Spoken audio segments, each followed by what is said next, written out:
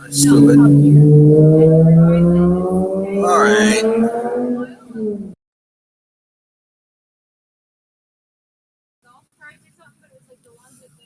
Okay, let's try this again one last time.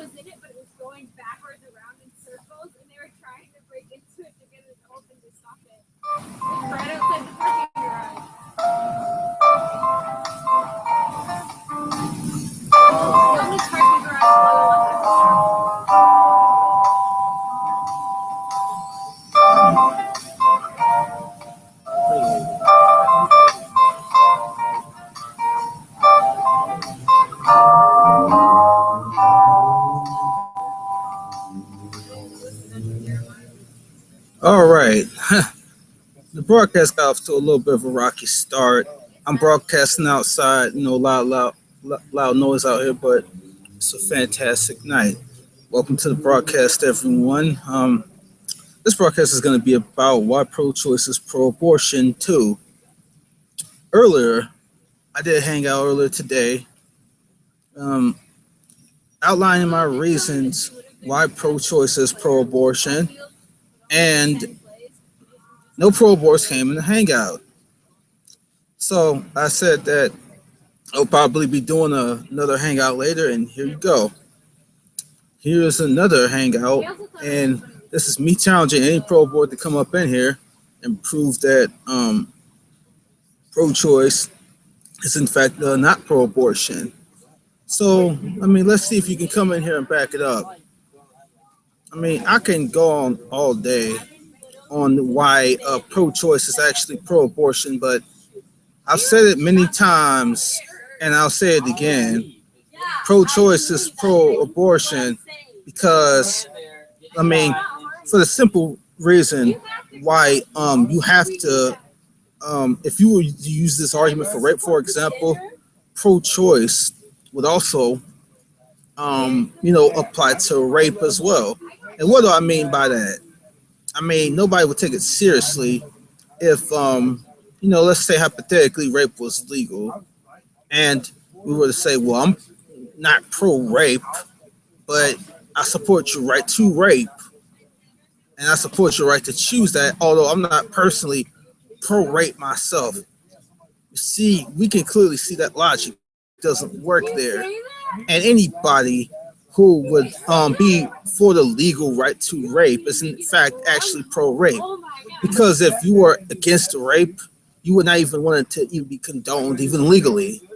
So this is how abortion is. If you were truly against the moral wrongness of abortion, you would even not even want it to be promoted legally. Because the fact is, you're killing somebody else. You're killing another human being. That's just the bottom line. And if you're going to try to pretend that it isn't and argue against it otherwise, then you're just lying to yourself. And I can prove it. So let's see if anyone wants to come into this hangout and give an argument and prove otherwise. Pro-choice is actually pro-abortion. And if you want to counter my point, or if you want to give it a different position, then let's see you come in here and back it up. It doesn't work for rape. It doesn't work for a number of different things. It doesn't work for murdering of born individuals. So why should it work for your argument? I mean, the prefix pro means in favor of / in support of.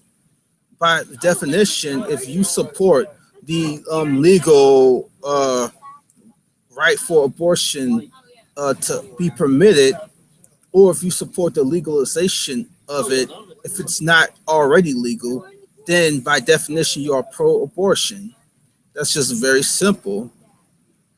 And pro-abortion try so hard to shy away from this term because they want to hold on to the legal aspect that it should be permitted, yet disassociate themselves from the obvious moral wrongness of it. That's why they say they're not pro-choice, not pro-abortion. They know, in fact, that abortion is wrong, and there many of them are not honest enough to admit that. And when I deal with pro-aborts, I just cut through the BS. I don't entertain the nonsense. I don't entertain the mental gymnastics. I just deal with the heart of the matter. And the heart of the matter is not only is pro-choice, pro-abortion, but the reasons why people justify abortion most of the time is entirely selfish, okay? It has nothing to do with any um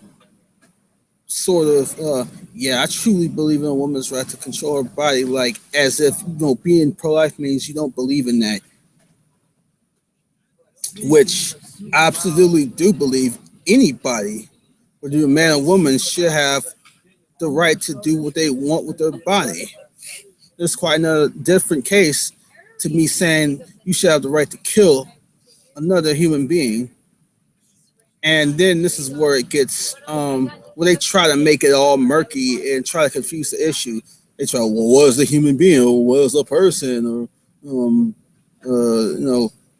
when does life begin, and blah blah blah blah. They try to just intentionally confuse the issue, and everybody has the basic common sense awareness to know that reproduction is the way that a species continues.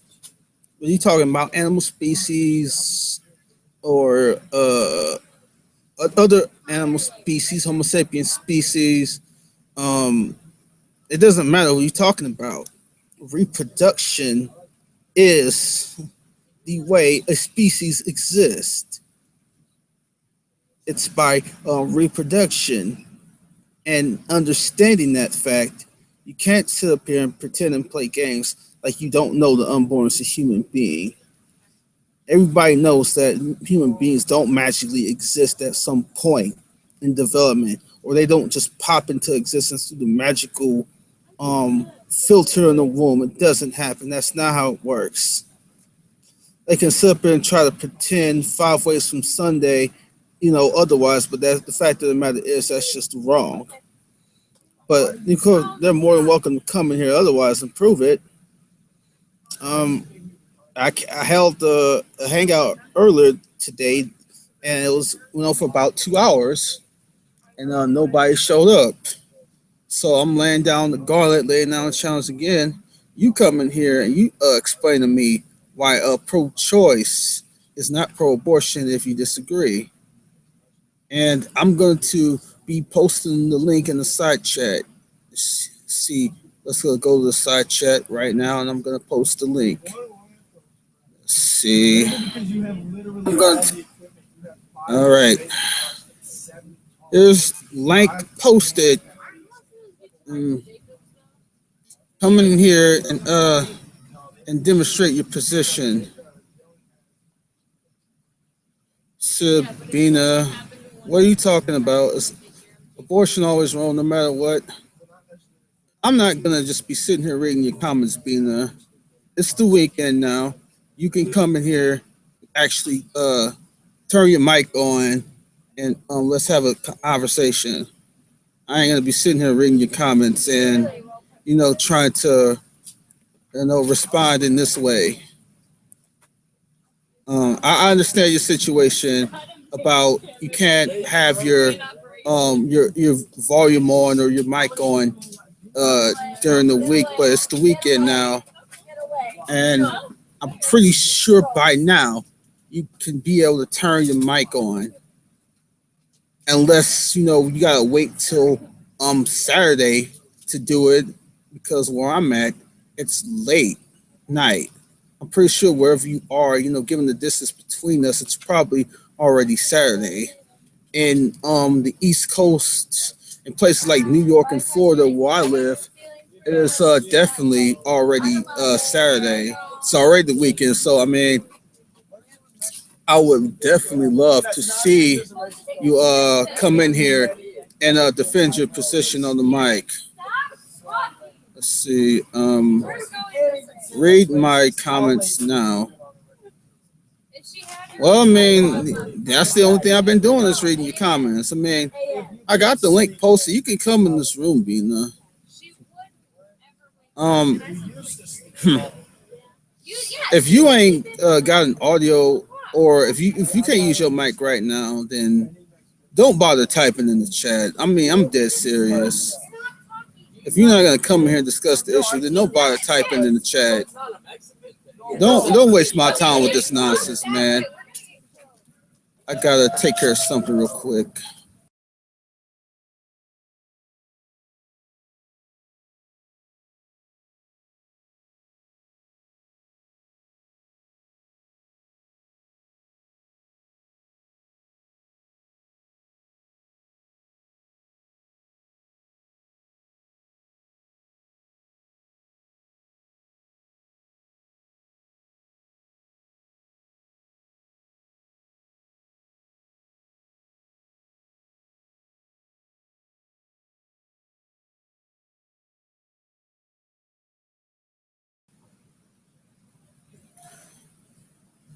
As much as I love and respect you, Alexia Richardson, you can come in here and argue your position too.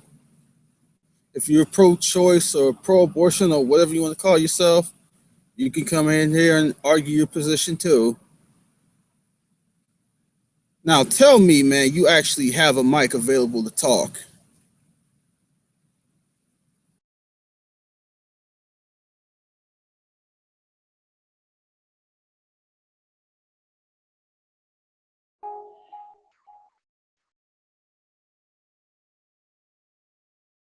Hello.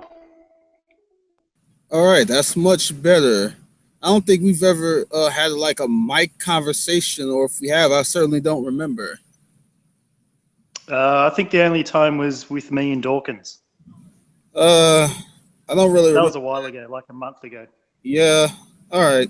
All right. So just put forth your position, man.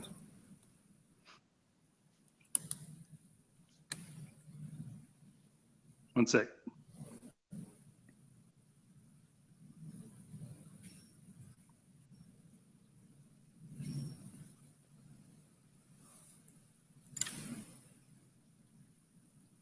Okay. I guess in simple terms, my position is women have the right to elect abortion.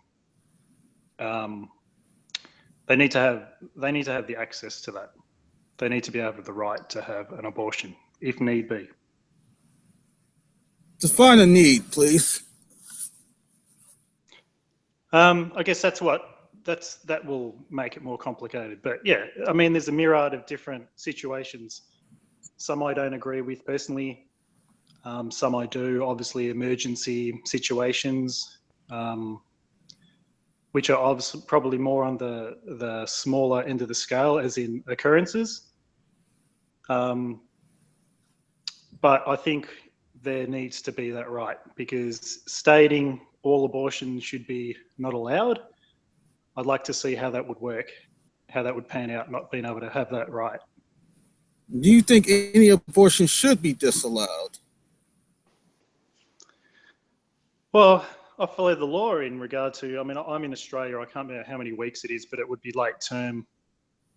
You'd have to have, the doctor would have to sign off on it. So if it was a late pregnancy and there was no complication because of the pregnancy, it was just somebody saying, oh, you know what, I don't want this child, which I would say would be pretty rare. But if that was the case, I'd say there would be further intervention, because maybe there's something that's happened mentally. There needs to be maybe more discussions. There needs to be like a more assessment. A doctor probably wouldn't just sign off on that without further investigation as to why. So you do need some lines in the sand just to, I guess, I don't know, have some boundaries. Okay. Some of those are fairly arbitrary, maybe, I don't know, but there has to be something behind those lines, which are constantly moving. Well, they do move. All right, then my position is, who cares? It's not your body. Who are you to, or anyone else, including the doctor, to, make that, draw those lines or make those distinctions? Who cares? It's not your body, right? Are you saying who cares in what regard? In the regards to, there should be boundaries, at any point in. Oh, okay. Yeah, sure. Yeah, absolutely. You could say, if you're a woman, you could say, that's it. I don't care about the law. I'm just going to go have a late-term abortion. Of course. Now, the key is, why should the law say it at all? That's what I'm asking you. Why should there even be boundaries in the law at any point in pregnancy at all? It's her body. She should be able to do what she wants, and she should have to answer to nobody, period. Why? I guess because, understanding how there could be different situations that need to be reassessed, and it's understanding maybe psychology of people, understanding the form of the baby at that stage, whether it's has a nervous system, or whether, if it's based on doing harm to the being, whatever the reasoning is behind that, that's what lays down that line. Again, who cares? Who are you to decide that line? You, the doctor, or anyone else, society, or anyone else? Who are you to decide that line? What's going on inside her body is hers, and it's her decision. Who gives a crap? Again, of course, a woman who's pregnant who wants to have a backyard abortion, as we call them, or not what you call them in America, but if she wants to take... I'm talking about the fact that it should be legal for her to make that decision at any time by the pro-choice logic. At any time in pregnancy, it's her body, her right, period. And nobody should be drawing these arbitrary lines saying she shouldn't be able to do it at any time in pregnancy, right? Well, it's based on the situation, though. You can't, you'd have to know the context as to why that decision was being made. All I'm saying is that line is to say maybe further conversations need to be had to understand why that decision's being made. Maybe they're for perfectly good reasons. I don't know all the reasons somebody could give as to why they would want a late-term abortion where it was an emergency situation. I don't know all those situations. So that would be open for discussion between the doctor and whoever else, psychologist perhaps. You're still not giving me anything as to show me why that should even matter. Is it her body, her choice, or not? Who gives a crap about how late it is or what the context is? It should be, if she makes the decision, that's it. End of discussion. Why are you not arguing that point?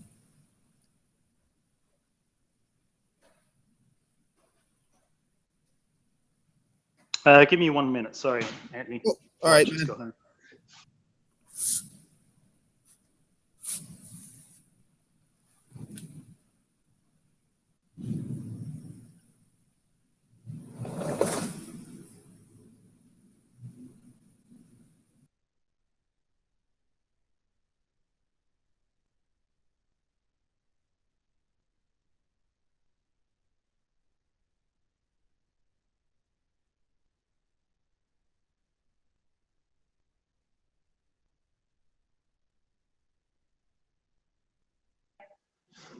All right, sorry to be a pain. Can you repeat that last question? It was something like, why should you care?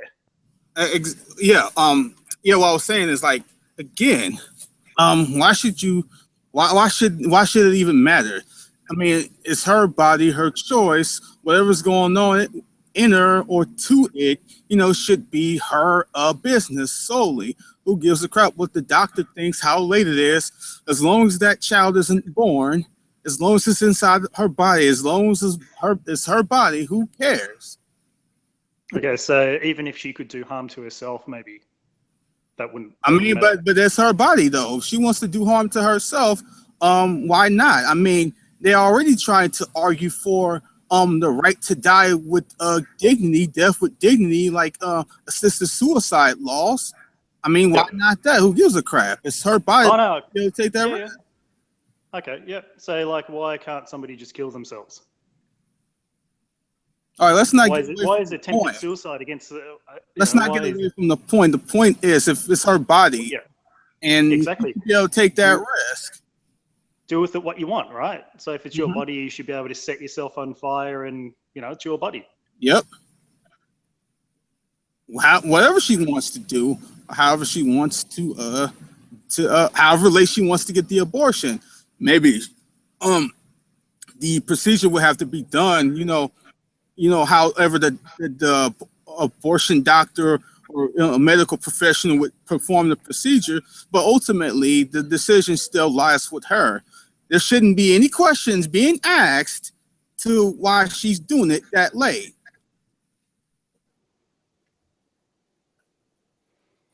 I guess then we're not. Then as a society, we're not setting up situations whereby maybe there's some mental situation that's happening, and if somebody was to intervene and talk to this person, maybe they would get a different result. What we're kind of saying is, maybe we shouldn't intervene with people and just leave them to their own devices, regardless of what situation they're in. So Because not everybody makes good choices. Not everybody's in a position to make a good choice. Would you agree with that? wait a minute. Wait a minute. It's not about whether you think the choice is good or not. It's about what she believes. I mean, it's not your business whether it's a good choice. Okay. You can have that opinion, but according Okay. to the pro-choice argumentation, that it's her body, her choice. If you personally think it's a bad choice, that's irrelevant. So why do you have these arbitrary lines, or why does society or anyone have these arbitrary lines later on in pregnancy? That's what I'm asking you. Again, I don't think they're arbitrary. I think they're based on some reasoning. Like, again, you say it could be based on her belief. Well, again, that belief that's been held at that point might be contravened to her previous belief. Something may have happened, and maybe a discussion needs just to occur at that I point to mean, say, "Hey, belief. What is if that's everything her first okay?" time getting one? What do you mean her previous belief? What's her first time getting an abortion and she just happened to get it that late? What do you mean previous belief? And it should not it should not even be relevant. If she said, "Hey, I want to get an abortion right now at 8.5 months," then damn it, do the abortion right now. Sure, but all I'm saying, there could be other things in play that she's not aware of in a medical situation. From a medical standpoint, not everybody understands all the medical ins and outs of what's happening with their bodies. Let's So all I'm saying that certain lines may be laid down because of that, maybe because of a psychological issue, maybe because of a physical issue that needs. The abortion may still go ahead. It may just be a checkpoint to say, "Hey, this is a late-term pregnancy. Are you sure about having this pregnancy? These are the potential risks. Are you okay with those risks?" I mean, it's like any surgery. I mean, you don't just make it about abortion. It could be about, obviously the abortion part complicates it, but to simplify it, maybe that's why we have certain lines in the sand, because certain discussions may need to occur. So okay, so what happens if they have these discussions and they discuss the risk, and she's still like, "No, I still want to go along with this abortion." Should she be able to get it or not, no matter how late, as long as the child isn't born? Perhaps. I mean, I guess it depends where you are and depends on the laws. All the laws, you're interfering with her position if any laws get in the way of that. That's the point. Sure, and I mean, I guess it's, in a way, it's like you're expressing: do we have complete freedom over ourselves, complete autonomy? I mean, And you'll say, obviously, there's a restriction here. Why is there this restriction? And in all countries, wherever we live, there are restrictions on what we can and can't do. There's restrictions on ourselves, killing ourselves. There's restrictions on many laws. yes, there is, but for some reason, none of the restrictions can be applied to early term and pregnancy. There's some things that we are restricted entirely from doing. Sure, yeah. I mean, there's a sliding scale of laws and how they're applied. Like So you're saying, we're restricted entirely from getting out of paying our taxes. That's something that we have to do. We can't get out of doing it. sure. So I mean, that's the problem here. And is that if at any point you believe it should not be her decision to, abort the pregnancy, then you are interfering with her choice. And you are conflicting with your own logic. Conflicting with my own logic. Yes, you're conflicting with the logic of the pro-choice position, which states it's a woman's right, her body, her choice. Plain and simple. No other relevant factors should even be relevant other than what she decides and what she believes and what she wants to do. No matter how late, as long as the child or entity or whatever you want to call it isn't born. Okay, so you're saying, okay, maybe that's a misunderstanding on my part. So what you're saying is no matter how late the pregnancy is, the woman should have the right to abort the baby. Well, if you want to be consistent in the pro-choice argumentation, yes.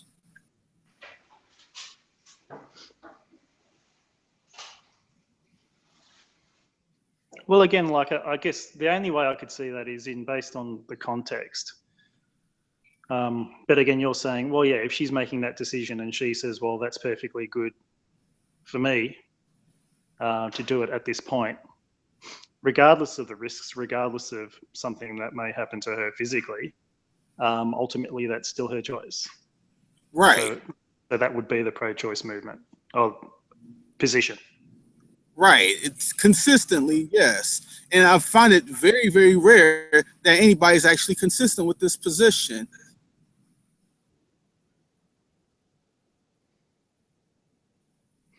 Yeah, it's an interesting one because I'm just trying to think how that doesn't sort of go down the slippery slope argument if there's no restrictions whatsoever. Again, but most countries have. So what you're saying again, the pro-choice position would be against any law stopping any type of abortion, no matter what it was. If that's the case, so current laws that say, okay, after whatever it is, 20 odd weeks, you cannot have, unless it's signed off by a doctor, pro-choice would be against that. They would say, no, remove that. I just don't understand why these restrictions virtually come out of nowhere. Well, again, because from a medical standpoint, they're trying to look after the person's health. So obviously they would have statistics, arguments, evidence to show the likelihood or the risk of having an abortion at this point increases the risk of injury, harm to the woman, let's say. Okay, and it's their duty of care to say to the patient, well, this is what could happen if you do it. Let's put some restrictions on that because we don't want people dying from having late-term abortions. Well, there is no restriction. For example, if somebody can pay for the surgery of like a heart transplant and they want to do it, they'll do it if they got the money. It's not restrictions put on it.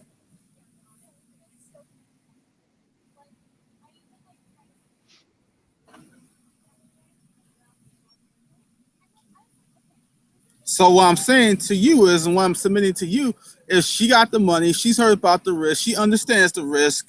8.5 months of pregnancy. She wants to get it. Then dang it, she should be able to get it. Well, again, yeah. I mean, I would say yes. If to be consistent with the pro-choice opinion, if there was nothing, if there was nothing that was going to happen, but this is what I'm talking about, the slippery slope. So if the doctor said, well, hey, you can have this late-term abortion, but you will die from it. Oh, but I want to die. Because that's you have to take it to that length. Because those lines in the sand, like you say, if they're just completely arbitrary, if they're meaningless, then you get rid of them. But I would say they're there for a reason, that there are potential risks and they need to be discussed. But like you say, if all those, if they're all ticked off to say, yep, you'll be fine, you'll be fine, you'll be fine, and the woman says, yep, okay, and doctor, yep, we can still go ahead, then yeah, then that works fine in that situation. So you agree that to be 100% consistent, the woman should have the right to choose no matter how late in the pregnancy, right? With that caveat of as long as we're saying if the doctor said, well, there's a 90% chance you could die from this pregnancy. I don't know if that's even the case, like if that's even a risk, but let's just put that in there. And she says, yes, I'll still take that risk, or it's a 99%. It's pretty much a chance that you're going to die. I mean, that sounds ridiculous, but I don't know what sort of percentage we can put on it just to make the point. And she says, yep, I'm willing to take that risk. And the doctor says, hey, well, it's your choice. Okay. If that's part of the argument, then yes. If the woman chooses to potentially die from getting a late-term abortion, then yes, that's part of the pro-choice. All right, so you agree to be 100% consistent. What you said with that caveat there, to be 100% consistent, then abortion has to be allowed the entire time, as long as the entity is not born yet. Yeah. Okay, so with that said, why is there so many limits on abortion? Like, you have people that would have abortion, limited, after 20 weeks, like in certain states. Yeah. Some maybe even earlier than that. There's so many limits and restrictions upon abortion, yet the argument is it should be her right and her choice. Yet there's all these limits and all these varying things in all these states. Don't you find that problematic that all these states have all these limits and restrictions? Yeah, I mean, they at least should be consistent. That's the first thing. I don't know how they're getting different evidence and having different weeks. Yeah, there should be some consistency there. But again, that's determined by maybe who's voted in and what laws get passed and all that. So it's representing the people of that constituent. So it seems like it seems like it's an argument about what the state deems, not so much about the alleged rights of the woman, but what the state finds, what's consistent with their interest.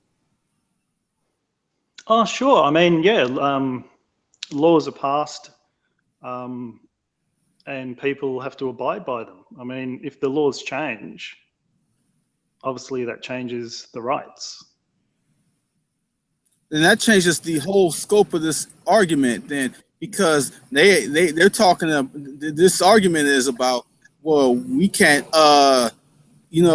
take away her right. It should be her right to be able to get that abortion. Well, who cares if the state finds it within their interest to deny that, then so what? And if you don't like it, too bad, suck it. Because I guess they're questioning that inalienable rights or the inherent rights that you have as a person to the right to your own autonomy, the right to your own being. And I guess on one hand, if we say, well, we've got people, or let's just say men, who they have the right to do whatever they want, but because women fall pregnant, their rights are restricted. Well, if you're let's just ignore for a second that we're not even dealing with another person here, because that's the whole presupposition behind that, thinking that we're not even dealing with another person with rights or another person of value here, because that's the whole presupposition behind that. But ignoring even that for a second, I don't understand why they keep making this argument that a woman don't have a right to her body. Yes, she does. But again, the way you have a right to something matters. Like, for example, we have the right to bear arms, right? But we don't have the right to acquire them or bear them by stealing, by theft. You have a right to bear arms, but that doesn't mean that the remedy to bear arms is by way of theft. A right does not necessitate a particular remedy in which to enact it. And in the same way, the premise will have to be proven first that we should be able to allow the legal killing of the unborn. And then you can argue that the remedy for her to have the right to her body in this context would be to kill the unborn.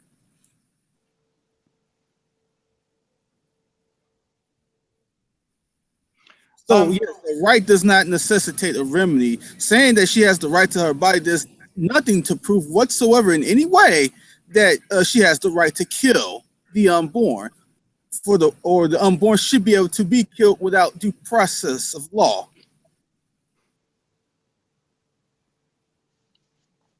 Yeah, It's two different arguments, you see. The right to no, your body or the right I to guess that's kill. the Two grade. different things. Yeah.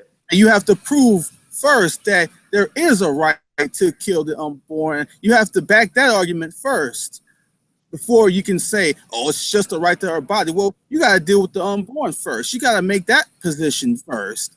A lot of people just jump to it's a right to her body and just, try to, escape, dealing with the unborn out of the equation. You can't just overlook that. But I guess the starting point would be that you have the right to your body, right? You start with that presupposition. We would say all people have that right. Yes, I have the right to my body, but I don't have the right to just, go up to you for no reason and just take you out. Sure, but I guess with pregnancy, we're saying it's a different situation. It's not like this being is, separate to you in a sense.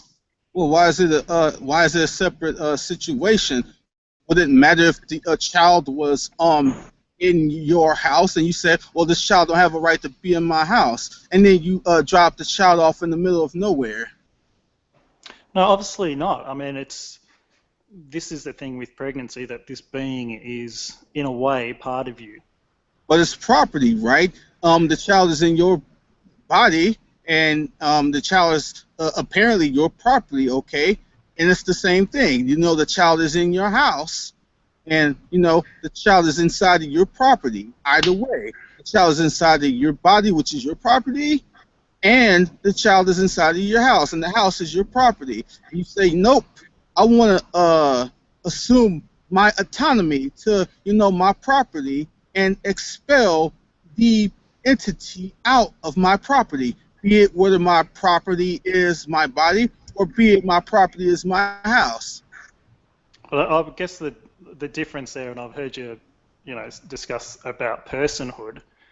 I guess that's what makes the difference here, is when that's applied, because then that doesn't make the analogy the same. Well, personhood has absolutely nothing to do with the argument, because even if you assume... Well, it does, because wait, hold on, let me finish. Yep. Even if you assume there is a person in the womb, that doesn't mean somebody has a right to your property. A bum is a person. That don't mean he have a right to my house. So you say person and personhood are the same thing? I think so. I think they're interchangeable. But what I'm telling you is a bum, is definitely a person and has personhood, has certain inalienable rights. But that doesn't mean that a bum has the right to my house and my property, you see? Yep. So what does personhood have to do with anything? Because even if we assume personhood, that doesn't mean it has a right to, according to how Propolis will argue, that doesn't mean, because the unborn is a person that has a right to a woman's body. And you can make that same type of argument like a bum doesn't have a right to be in your house. Well, like, person and personhood, it's making, I guess, a legal distinction between that of a being, say a human being, versus any rights, citizenship, and so forth that would be applied, equality that would apply to that being. So you're saying that is already applied within the womb, and well, if we assume for the sake of argument it's applied in the womb, that would not necessarily prove all of a sudden that the unborn has a right to a woman's body. If we assume the same type of logic, let's say a bum doesn't have a right to a person's property.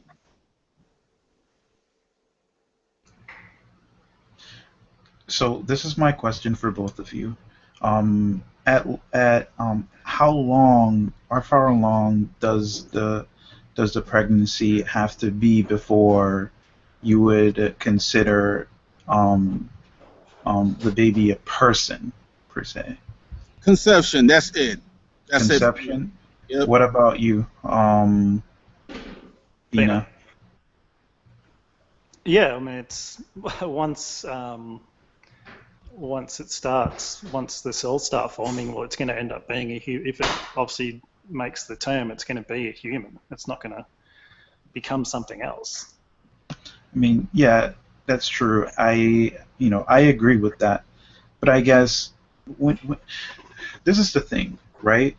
Um, like I don't like the idea of something, right?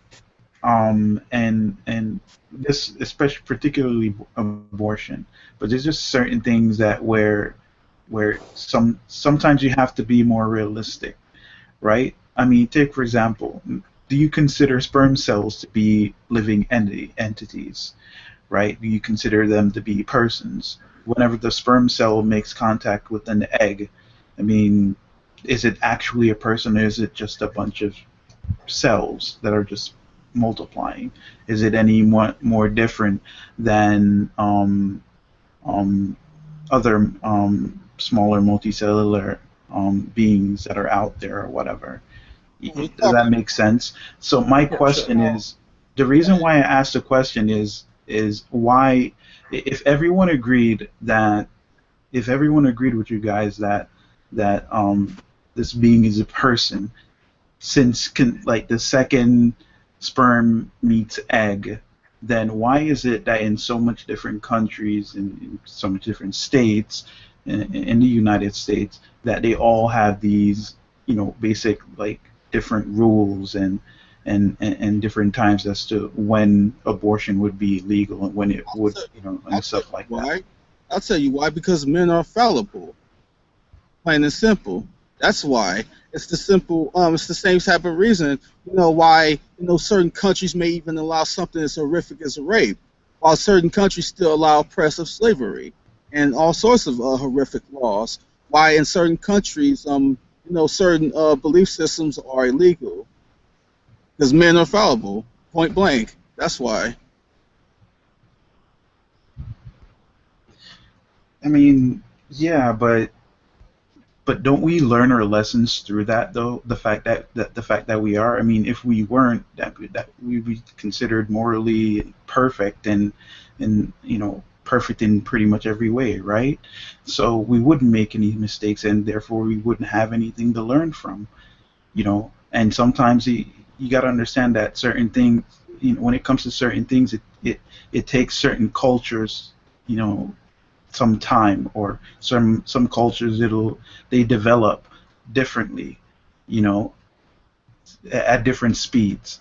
So I think people for the most part just need to settle on conception, or you know um or or a certain amount of time after conception to determine, you know, when it's just considered, just a bunch of cells to a person, right? If the world can settle on that one thing, then I mean, because some would argue and just look at it from just plain old science and say, hey, it's just a bunch of cells. It's not that much different than a sperm cell, and sperm cells don't live very long.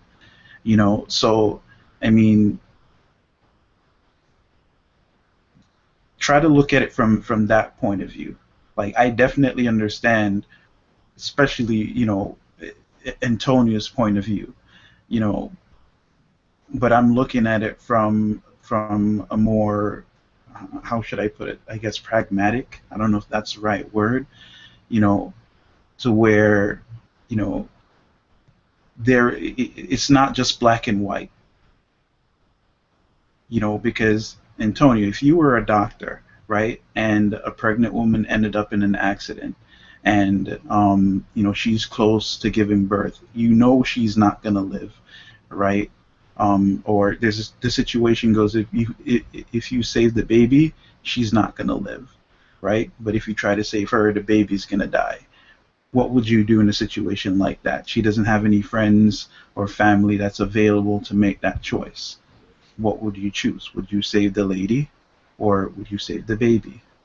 Well, hold on. We gotta make certain things clear first.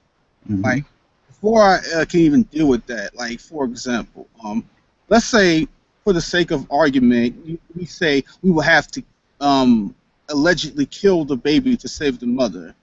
All right, let's presume for the sake of argument that's true, and we would have to be able to allow that.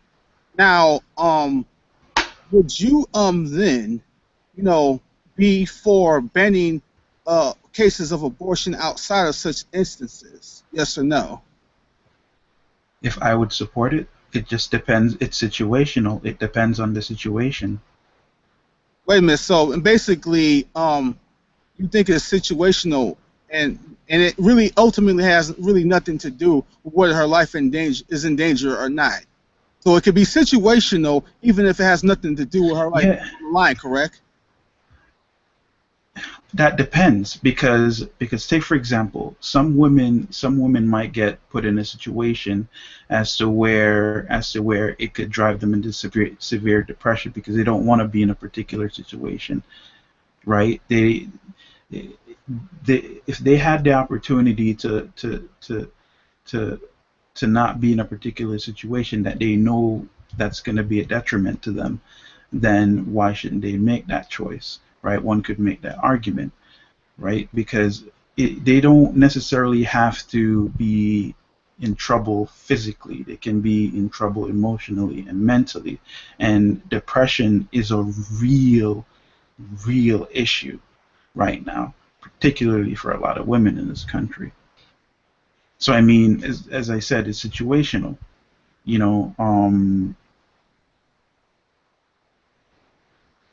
but if it's just a case where me personally, if it's just like maybe a couple days after conception or whatever, then go ahead, do your thing. But if you wait weeks in your pregnancy and you choose, for whatever reason, knowing you're pregnant, and then all of a sudden you decide that you're gonna get an abortion, then it's all wrong in my opinion. Okay, so basically, you're just telling me that the issue is situational, and a woman can just use her personal feelings to kill the unborn. But you brought up the life-saving case, knowing that that's not the real reason why you would allow or support a woman's right to have an abortion. It had absolutely nothing to do with whether the woman, life was in danger or not. But for some reason, you felt the need to go straight to that point, knowing that that's not the real reason why you would get behind abortion. Yeah, but what we're discussing is life and whose life is more important, right? And person and the issue of personhood. When do you consider someone to be a person? Right. That's why I asked those questions first. When do you guys, when is it, when would you guys consider a person being a person? At conception, a couple of weeks into a pregnancy, um, you know, when, right? But you, Um, but you said it was situational, though. And if it's situational, then you basically are telling me the personhood aspect of it depends on a woman's personal psyche or feelings. yeah, sometimes that is the case All right, so because why? I have I, I have I have I I know females who have who have who some of them didn't want to do it, but because of really really bad complications, they had to do it regardless. And some didn't have, some didn't. The situation were wasn't as, it wasn't as dire physically, but it was more emotional. Do I agree with them? With just simply being, worrying about your career or whatever. I don't think that's me personally. I don't think that's a good enough reason to get an abortion. Now, if it's a case where you were raped and it's a couple days in, go. Do whatever you have to do. No one wants to raise. Not everyone, but I'm pretty sure most women don't want to raise a baby that they conceived through rape, right? Most women don't want to do that, and I can understand that, but me personally, at conception, if the I don't see as a person yet when the egg immediately makes contact with the sperm, right? So okay, do your thing right there, but a couple weeks in, no. But your lines That's are kind of shaky, sir. Your position is all over the place, really. That's because it's a complicated situation, man, and people do it for different reasons. People support it for different reasons, or not support it for different reasons. That's all. That's all I'm saying. Not that people make it more complicated than it is. I don't think it's really that complicated at all. Because the fact of the matter is, you wouldn't use any of these same reasons to like justify killing a born human being. We don't be like, well, it's going to be tough for a mother to raise a child. Bam, let's take the child out. We don't do that. Oh, I think people make it way more complicated than it is. If you got a child in the womb, you don't kill it. Period. I don't really know why it should even be more complicated than that. But people got their own personal opinions and their own personal feelings, and they don't want to take responsibility. And they just want to, be like, oh, it's gonna be too hard, or I may not have the money, or I'm in depression. Nonsense. None of these arguments justify killing a born human being. You don't even think it justifies even killing after a certain amount of weeks. It's nonsense. yeah, because the reason why I take that stance is because I don't in a couple of days I don't see a person. It's to me it's no better than the sperm cells, the millions that just pretty much died that didn't make contact with the egg, So you discriminate right? based on size and development. Yeah. Also, you are admitting to using discriminatory criteria to justify killing it. Hey, if you see it as killing it, then fine. I mean, when No, that's what it is. It ain't no, the fact that I see it as. That's what it is. Abortionists would admit all the time that it's killing. so if you wanna go that route, right? Let me ask you something. Do you consider sperm cells as being alive? Uh, Do you consider them as being persons? Do you know how much millions of those? Do you know how much millions of them die that just didn't make it to an egg? Do you consider that situation well, a killing? sperm gamete and an egg gamete encompasses 50% of the genetic blueprint. There's no such thing as half a human being. You either have a human being or you don't. So no, I don't see a standalone sperm gamete as a person. No. Oh, I see. So, and this is where we differ. Where me, I don't see the egg as a person. I don't see the sperm as a person. I don't see that immediate connection. I don't see a person right there, right off the What does bat. a I don't person see look a like? person What does a person look right off like, the. or what does a person function like? Excuse me. Well, we'll start off one at a time. What does a person look like? A person has a brain, a heart, starting to develop eyes, certain functions and certain organs have to be in place for me to consider it to be as being a person. If none of those things exist, then I really don't see the difference between an egg or a sperm. Well, a dead I don't human know being. I don't know the exact you know the exact um, dates, timings pertaining to the development, right? What develops after a certain amount of time. But my basic criteria, it requires a brain, various organs and stuff like that. The problem is that they even would acknowledge certain rights for dead people. They would acknowledge certain wishes for dead humans. So when you're dealing with a dead human, there is no sort of limiting functionality that you're dealing with at all. But yet they honor certain rights for that particular human. So you're dealing with an entity that is scientifically alive, but isn't treated as a being with rights. But a dead human can be treated with rights. So if you're going to appeal to the whole thing about a brain, then why is a dead human treated with rights? But a dead human has a brain. A dead human was living. It had a life, and I mean, listen, I'm Well, not advocating that. like, I'm not advocating to where this is something that should be done on a whim and that's it, right? That's something I'm certainly not advocating, right? But what I'm saying is that we as a society, we need to figure out these simple things, and I'm being honest with you. It's not just a black and white situation. but you're When a saying, decision is, if we're gonna come to a conclusion or a decision or whatever on this particular issue, all aspects of it need to be thought about. well, some parents, children are born without brains at all and die pretty much immediately at birth. Would you say that that was not a person?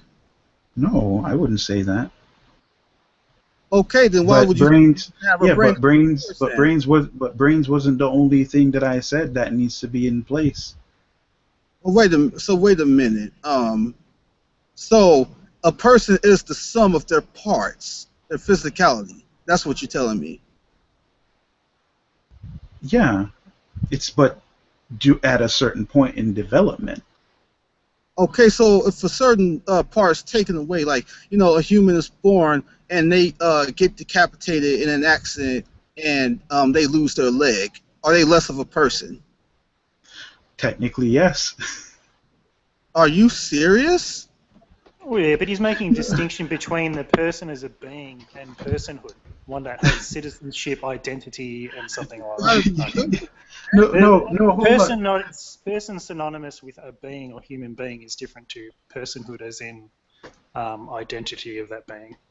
We And know qualities exactly of that what being. each other. We know it. Come on, let's not play these games. We know exactly what each other I'm is not playing talking that. about when we're dealing with a person. Are you saying that someone is less of a person when they lose their leg?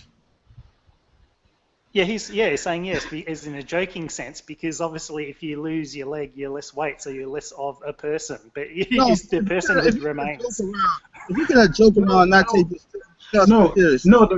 no. The reason why I laughed and why I said yes was because we're talking about the physical aspect of it, right? Exactly. And that's it. So technically, yes, if a person loses a part of themselves, they would technically be less of a person. But I'm not just talking about that aspect of it. You And said that a person was the sum of their physical parts. Therefore, if they lose their leg, they would be less of a person. yes, but being a person also involves personality.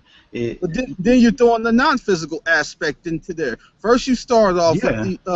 they're the sum of their physical parts. Now you're throwing another criteria in there that you didn't even start off with.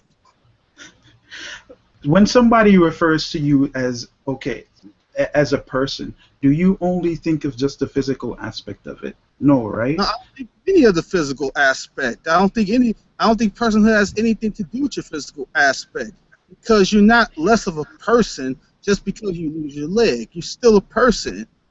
You are trying to think of it in a physical sense. I don't think of a person in a physical sense at all. I see for me personally, it's not just physical and it's not just the immaterial aspect. They're both uh, for me they're both needed. I think it's about what is your nature, and from the conception point, you have the nature of a human being. You could try to say all day that that's not a person or that's not a human in certain senses, but you cannot get around the fact that there's a entity with human nature that's completely distinct from a sperm gamete standing alone or an egg gamete standing alone. From the conception point, there is an entity with the human nature that is indisputable.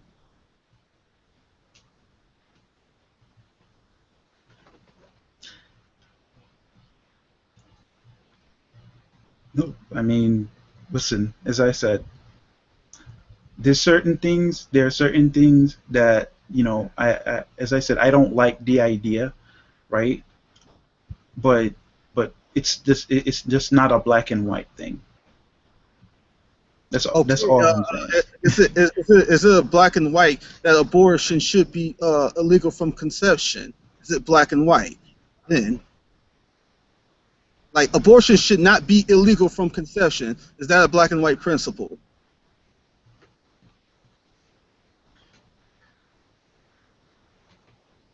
It certainly isn't, because if that was the case, everyone would be settled on it, right? That's not the Okay, case. but it's like in the United States, abortion is certainly not illegal at conception. It's legal everywhere. It's legal everywhere at the conception point in the United States and in most places around the world, which abortion is permissible. And why do you think that is the case? So there's a black and white principle to say that abortion should not be illegal at the conception point. Well, But it's why- currently illegal. Yeah. Because if you don't believe that abortion should be illegal at the earliest stages from the conception point to, let's say, I don't know, 2 weeks of pregnancy, like from the earliest points of pregnancy, if you don't think it should be illegal at the earliest points, then you are saying then it's a black and white issue that it should not be illegal. Yeah, sure. From what we know and understand and describe what has formed at that point, we've made laws to say that at that point you can have an abortion. So we that's a don't black and identify. white thing. So at the Yeah, we early don't- points, it's black and white, correct? Yeah, law is black and white. It's pretty clear. If the law says that it's legal to have an abortion, that is black and white. Yes. All right. So why you arbitrarily picking, wait, hold on. So why you arbitrarily picking and choosing when to apply black and white logic and when to throw it away? Oh, it's not a black and white issue. But only when you arbitrarily choose to make it a black and white issue, it's all of a sudden one. Because all factors need to be. Oh, you're saying, why taking context when we make these decisions? No, factors that you arbitrarily just put out for absolutely no reason, because you argue against certain black and white factors. Oh, it's not black and white, but it's okay for you to give your personal position of something to be black and white to make an argument. It's black and white where the law is stated, but we're I guess discussing why the law is But the you way agree it with the is. law, but you agree with that law though, and you use it as a basis to argue your premise. Yeah, but let's understand why that's the case. Why is the law the way it is? It doesn't matter why it's the way it is. It's still black and white, period. So if you're going to say it's not a black and white issue, then don't BS me and appeal to black and white logic when it's most convenient. No, I think I make a distinction between it's black and white that the law says X, but the discussion as to maybe that law can change. No laws are fixed. No, it's black and white that you agree with that law and you use it for your premise. Well, let's understand why we agree with something. Why does it matter why? Is it black and white or not? Because you want to say, well, it's not black and white. I can tell you why my position. Wait, well, hold on. I can tell you why, from my perspective, why it's black and white. But you're not going to. You certainly agree with it. You're making the charge that it's arbitrary, so that's why it warrants a conversation to see whether it actually is arbitrary or not. And I think it's absolutely arbitrary that you can appeal to black and white logic when it suits your argument most conveniently. No, I wouldn't appeal to black and white logic. I think we're stating that the law is black and white, but let's discuss why it is the case. You agree that there's nothing wrong with killing the unborn at the earliest stages of pregnancy. That's a black Why? and white. Yeah, but why? But why do we make that statement? That's what's important. Not just making the statement itself, but we need to understand why we make that statement. Okay, so we can talk about why all day, but to extrapolate from why to say it's black and white is arbitrary. Yeah, Antonio, but regardless of what the laws say and state, right? It's obviously still an issue and something that's still being discussed, right? Am I right? All over the place to when you can apply your own black and white logic and when to throw it out. That's all you're really doing, bro. I don't understand why you've honed in on that. I mean, we're discussing our various perspectives. Yes, trying to give reasons as to why we agree with various certain perspectives is shaky because you don't sit up here and tell me it's not black and white and then use black and white logic whenever you want to. Don't do that. Oh, give us an example of the black and white logic that we've used. What's an example of black and white logic that we've used? Like something that should not be violated. Like it would be black and white to say that it should not be made illegal to disallow abortion. I mean, it should not be made illegal to disallow abortion from the earliest points in pregnancy. For no reason, in the earliest stages, for no reason should abortion be disallowed. Using that principle and applying it consistently across the board all the time would be black and white. Oh, I think he jumped out or dropped out. Well, hopefully he'll come back in. Yeah, go ahead. I'm listening. Yeah, there he is. But There he is. did you hear what I said? I think I got the gist of it. Yeah. I'll just say that one more time. Like, let's say, I don't know, like a week in pregnancy, for example.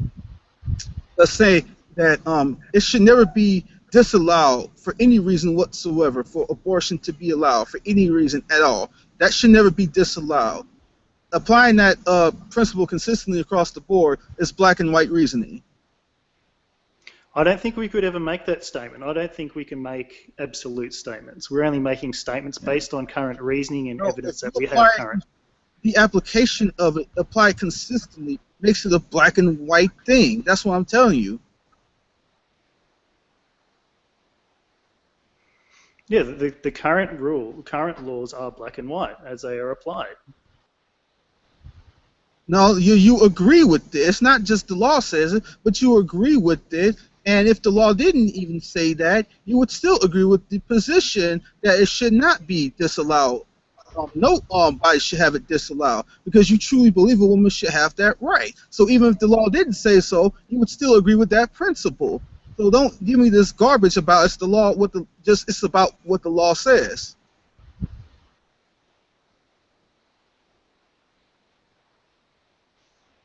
Yeah, it's a hard one. I don't want to be fixed in my position on that because I want to be open to new evidence as to why a law could be made. Wait a minute. If you're going to be open to new evidences, then you got to be open to new evidences that, abortion in fact could be wrong from the conception point. If that's possible, yeah, of course. Okay. All right. So you are telling me that even you consistently applying that abortion should not be illegal from the earliest points. You're telling me right now that you are denying that that's black and white. Is that what you're telling me? That abortion should not be illegal. At this current point in time, yeah, that's correct. So is it black and white or not? You are affirming that it is a black and white, or you denying that it's a black and white? No, Affirm or deny that it's black and white. I'm saying that would be my current position that I'm holding. So at the current time, it is black and white for you, right? Well, it's either yes or no to the proposition, right? There's no another option would be I don't know, but it's typically Okay. yes or no So, to the proposition. So all right. So are you saying you don't know whether it's black and white? no, I'm saying I'm currently holding to that position. So yeah, it's either a yes or a no. All right. Yes, no, I don't That's know. What is logic, right? yes, no, I don't know. Then what is your position? Is it black and white at the earliest points to you at the current time? Yes, no, I don't know. Which one of the three?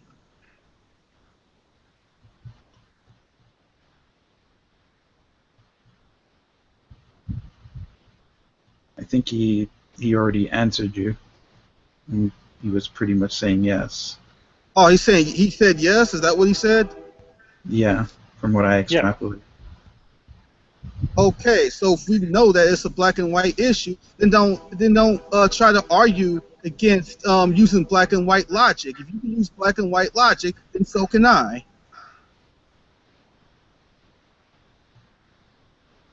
Yeah, I certainly don't think it's just simply that, and and that's it.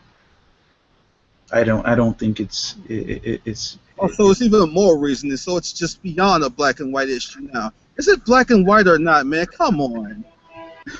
I don't listen as he's saying as the law stands right now, yes, black and white. But when it comes to discussing it on a whole and probably even changing the laws, there's a ton of gray areas. That's basically what he's saying. And if one of those gray areas, results in laws being changed and saying, making abortion illegal even from conception, then he'll go with that too, if they can show evidence to support that claim. Yeah, and if you can By show making that the law. the woman's rights aren't reduced, sure. Well, it was quite obvious from the start that we wasn't talking about the law when we said it's not a black and white issue. We were talking about principle. It was quite obvious from the start. So now, why in the world are you going to law now when it was quite obvious what we were talking about from the beginning? Yeah, but Antonio, the laws are made based on principles, though. They don't come up with these laws just to come up with them. Oh, then let's stick to the principle. We were saying that by principle, you were arguing to me that by principle, it's not a black and white issue. I was pretty sure that was the context of your statement. Yeah, and it's not. It's not a black and white issue. And All right. a lot of people, huh? If we're trying to argue our position from principle, then don't bring up the law then, point blank.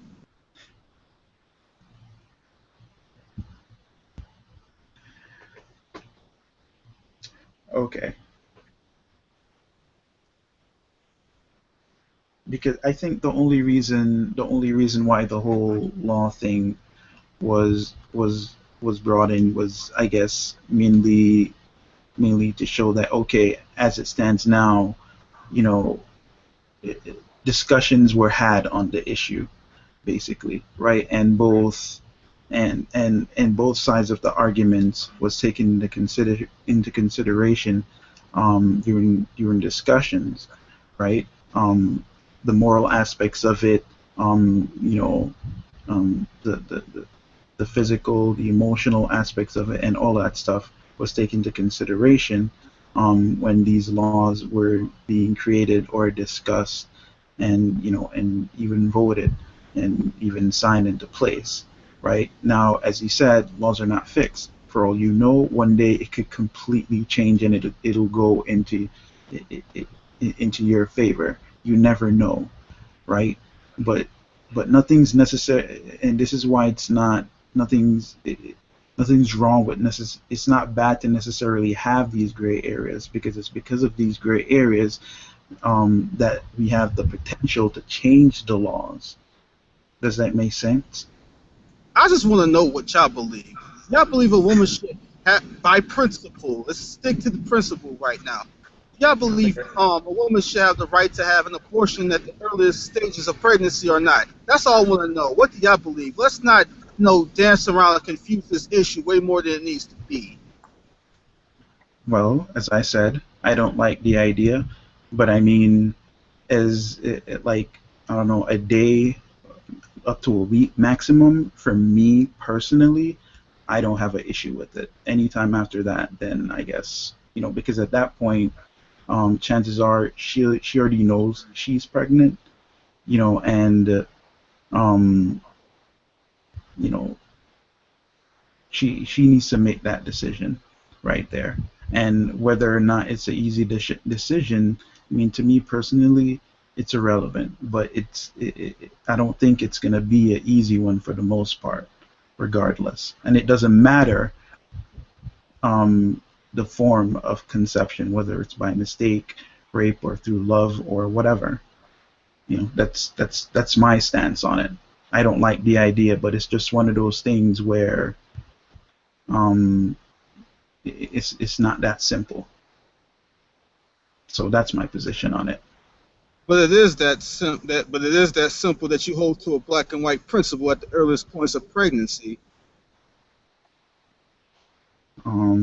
If it was black and white, I wouldn't have said I didn't have any problems with. I wouldn't have said I didn't. I had issues with it. As in I don't like the idea, right? And I certainly would have said, it should be illegal, or it should be completely legal. Okay. You use that reasoning for rape.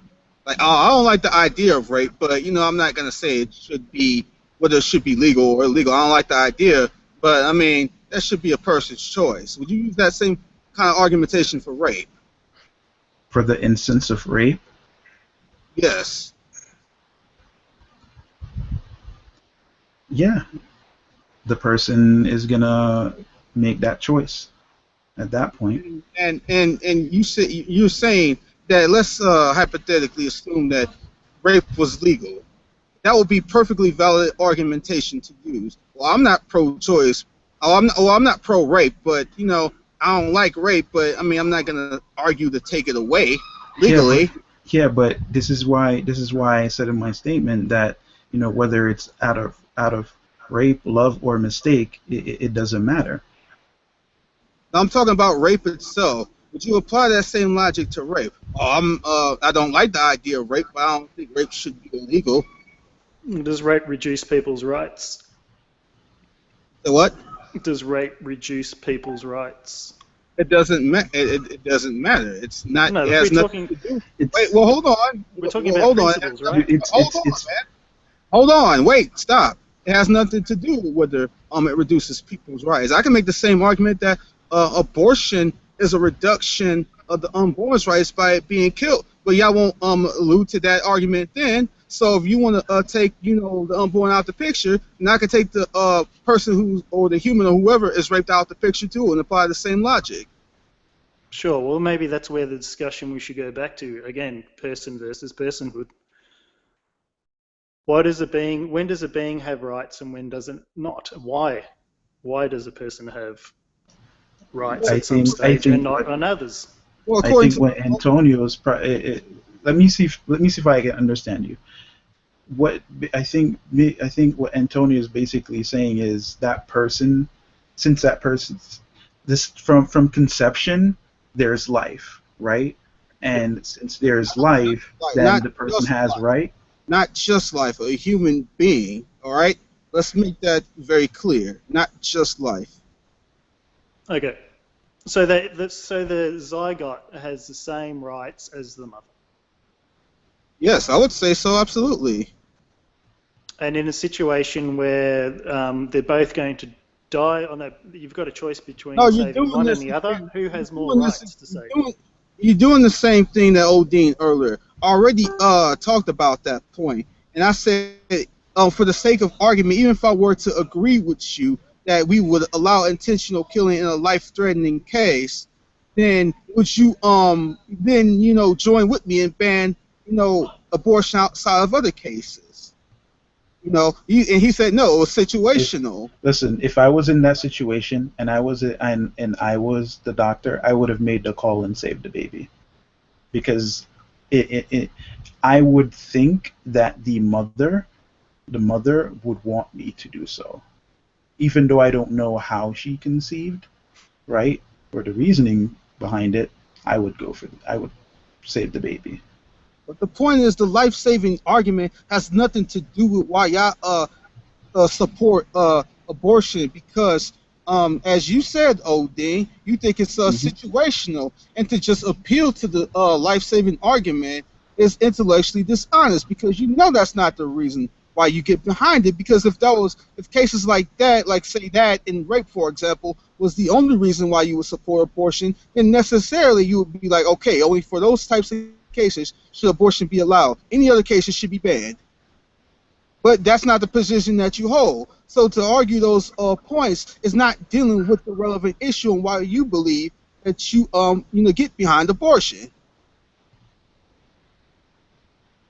Yeah, I already stated my position on it. But the issue, when I entered the chat, the issue again, it was on life or personhood, basically, right? And as long as there's conception, there's a human life, right? In your eyes, that is the case. So obviously, that human life is going to have the same amount of rights, right, as any other human life, right? So therefore, since they're human and they are alive, they deserve the same dignity and the same rights. Right. So no one should choose when that person should die. They don't have the right to do so. For these reasons, I don't think size, level of development, environment, or degree of dependency, the SLED acronym, size, level of development, environment, or the degree of dependency, none of those things justify killing a human being. We don't apply those sorts of arguments the overwhelming majority of the time outside when a human is born, and we shouldn't apply them in the womb. No, I definitely get what you're saying. I mean, that's basically what I said. I definitely get your position. And it makes sense. That, okay, let's start with size. I mean, your premise. Let me finish. Mm-hmm. Like the size of an infant differs from the size of an adult, but we wouldn't be like, yo, we can kill an infant because it's a different size. So let's X that out. Let's wait. Hold on. Let me finish. Let's go to level of. Let's go to level. Yeah. The size of infant's arms are smaller than an adult's. We wouldn't use that. Let's X that out. Let's go to the next step. Environment. We wouldn't be like, oh, this baby, is living in the ghetto with a mother, as opposed to a baby living in a suburban neighborhood with in a nice area, what would be called a nicer area. We don't use the environment, all right? And the degree of dependency. We don't be like, hey, a newborn infant is more dependent upon another human being than, let's say, a 30-year-old adult who was able-bodied and can provide for themselves. None of those four things do we use to justify killing a human being. But for some reason, that's magically different when the entity isn't born or at a certain point in pregnancy. That's bull crap. Well, should the mother be charged for murder if she smokes during pregnancy and the baby child's directly caused from it? Well, if they can, define out the cause that it was smoking, I would say absolutely she should be. Because, let's use that argument. Let's use the smoking argument. Let's say, from conception on, a woman was smoking and drinking the entire time, and she didn't get an abortion, right? Um, she did not get an abortion, but the baby survived. Somehow baby survived the drinking and smoking. But look, baby has all of these health problems because she was drinking and smoking the entire time. You think that's right? Well, hold on. No, but Hold on. the being should be able to sue the mother though for ill health, right? All right, but even from the conception point, which she would have had no problem killing the unborn, you would think that would be a problem from the conception point on. But it's all of a sudden different if she it would all of a sudden be different to you if she decided to kill the kid. Yeah, but this is the issue. This is the issue with your argument, right? If you are recognizing both, if you recognize both as separate entities, right? And both have the same rights, as in the mother can do the mother as a human being can do whatever she wants. Have all her rights. The baby is the same thing, right? Then if the mother chooses to drink or smoke or whatever, even though it's the detriment to her baby, right? Then it's her prerogative. Why should she be charged to doing whatever she wants to do with her own body? By the premise of your argument, that's the truth, not by the premise of mine. Really? Yep. But they have the same rights. Why are you But they have the same reducing their rights? Well, yes, yeah, they have the same rights, but that don't mean that she has the same right to intentionally harm her child. Yeah, but what if she does it, but she just doesn't know any better, or she just maybe she does it because exercises of too addiction or whatever. Are you gonna sit up here? Oh, okay. First of all, you was telling me about what's pragmatic and whatnot, talking about realistic and whatnot. And if you're going to say that those are realistic, those are realistic situations where there are young moms who go out there and do stupid things while being pregnant, and the baby gets harmed in doing so. It's a realistic situation. Then perhaps it's one of those ignorance of the law is no excuse type of situations. Then maybe it's one of those types of things. Then. Yeah, if you did a couple, you did too many push-ups one morning and you lost the baby, then you should be charged for murder. I don't think you should do anything intentionally to like No, cause. it's not intentional.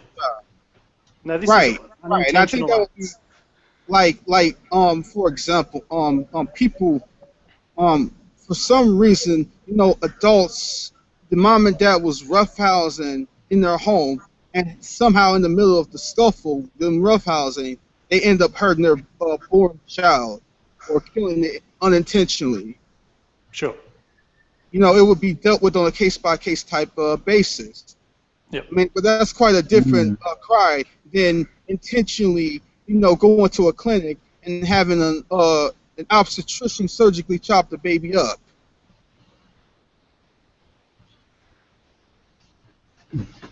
Yeah, I get your distinction. What came to my mind, Antonio, when you were referring to the different, the level of the quality of life, basically, from a grown up to a child, and where the child might have, lived and all of that stuff. Huh? We're talking about the quality of life. Are you serious? Are you gonna use this? No. Hold on. I'm just talking. I'm not using that as a premise for my argument, right? I'm just saying, listen, if you see all life as being equal, and if you think people should have the right to do whatever they want with their own bodies, regardless, right? Except for the woman when she's pregnant. Don't you think that's but then you make arguments against it in the situation where the woman is pregnant. We think that's kind of circular, and this is why I said it's not just black and white.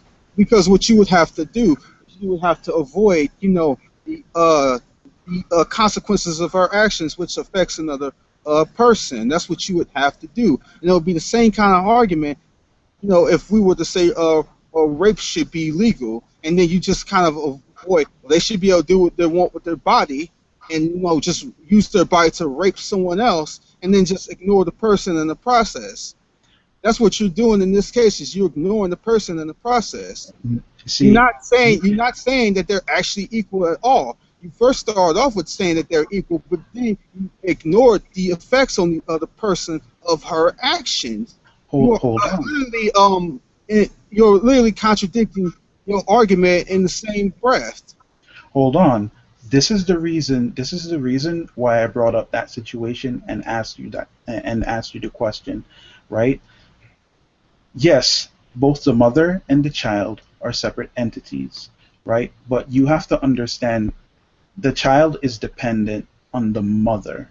Her choices are going to affect that child. So yes, there is culpability on the mom's side. I definitely agree with that, and the mother should definitely be more careful. And this is why I say, I don't like the idea of it, right? Because it's really not just black and white. There's so much situations that are out there as to where people are gonna have to even think about that choice in the first place. You get what I'm saying? Because listen, I'm gonna be honest. I don't like the idea of a woman knowing, for example, that she drinks, she does drugs and all of that stuff, gets pregnant, have a baby, right? But And it would be perfectly okay. huh? If you killed the kid, let's say at 2 weeks of pregnancy, if she was smoking the first 2 weeks, and then was like, yeah, I'm gonna kill the kid with an abortion, then you would be fine with it, right? But but at the end of the day, killing the kid, the kid being born with a defect and the kid dying at the end of the day, couple days or right after it's born, dying because of her decision, she's still technically killed the kid. But that's a preferable situation. That if she's gonna drink and smoke, None of the situations Well, are correct. The preferable situation is that the preferable situation is that she does not conceive, or does her best to not conceive. And if she does by any chance, in my opinion, right, don't let it get to the point where in my opinion, where it's going a couple weeks in and then you want to get an abortion or whatever. I don't agree with that. Let's not even say a couple. Like, drinks and smokes for 1 week. If it's okay with you, huh? If she drinks and smokes for the first week, but she gets an abortion in the first week, then it'll be okay with you. Yeah, that's my position on it. All right. So she can do harm to the unborn as long as the end result is she decides to kill it. But she's gonna do it in any ways, and it'll probably result in the same issue after the baby is born, or the baby might end up living an even miserable life after that.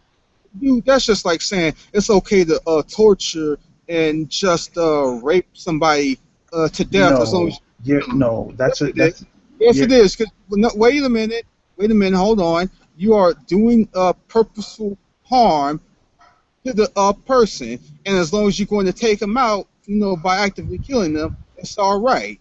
And that's the same logic that you're applying to the abortion. She can purposely harm. Wait, hold on. She can purposely harm and do these things to the unborn for the first week, as long as she's going to get the abortion within the first week.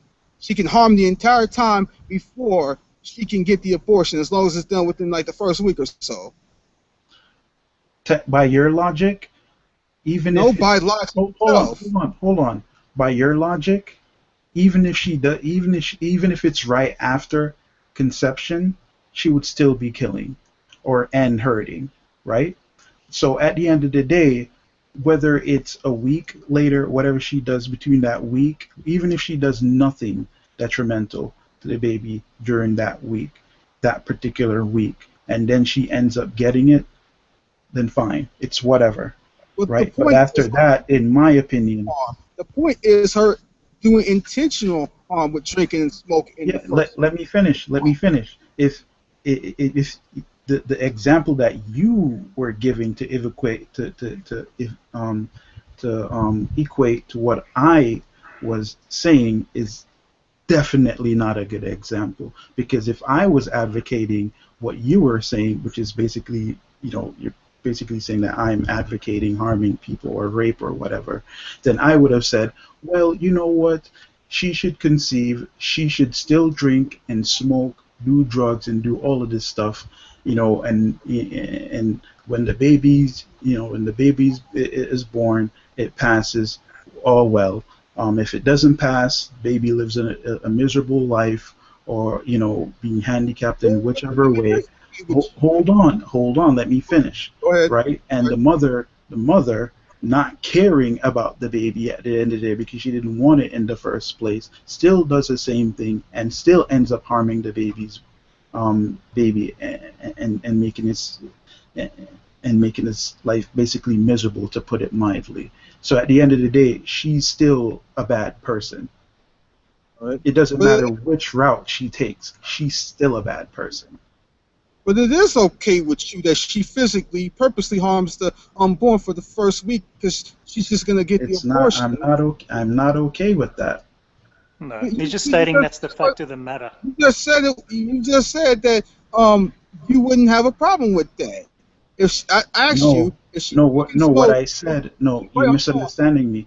What Let I me said finish. I don't have a problem with is the amount of time. Whatever she chooses, she can do whatever she wants. She can do nothing for that during that week, right? It doesn't matter. As long as she knows for a fact, if a woman can make up her mind and say she's not going to do these things anymore and she's going to raise this baby and be responsible and all of that stuff, then fine. Obviously that's cool, and obviously she won't be getting an abortion. But do you think it'll be right for the baby to be in a situation where its mother, it's basically killing it essentially anyways? It doesn't matter if she did. What does it matter if she did drink or It smoke? does matter, because at the end of Hold the on, let day me she's finish. harming another Hold on. person. What does it matter if she did? Because she's just going to get an abortion anyway. What does it matter if she did do intentional harm for the first week and get an abortion? What does it matter if she did? She's just going to kill the kid anyway. So what?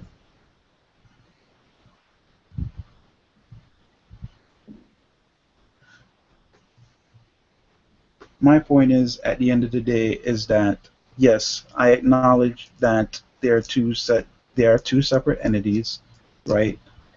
Every life should, every human life should be considered as being, as being equal, and all of that good stuff. But the point at where where I disagree, is at least a week. Anything With that, after that, then I'm not with it. And let's even stay with that point. Let's not get away from that point. What does it Mhm. matter if she did drink and smoke in that first week and got an abortion? What does it matter if she did? Let's not get away from that. it doesn't matter whether she does it or not. It doesn't matter. Okay, if That's she not the does, main point I was and making she at does, the end of and the if she day, though. does, and that means you agree that if she does do that, it doesn't matter, which is the same thing as if somebody just intentionally harms someone by torture and kills them. They're going to kill them anyway, so it doesn't matter.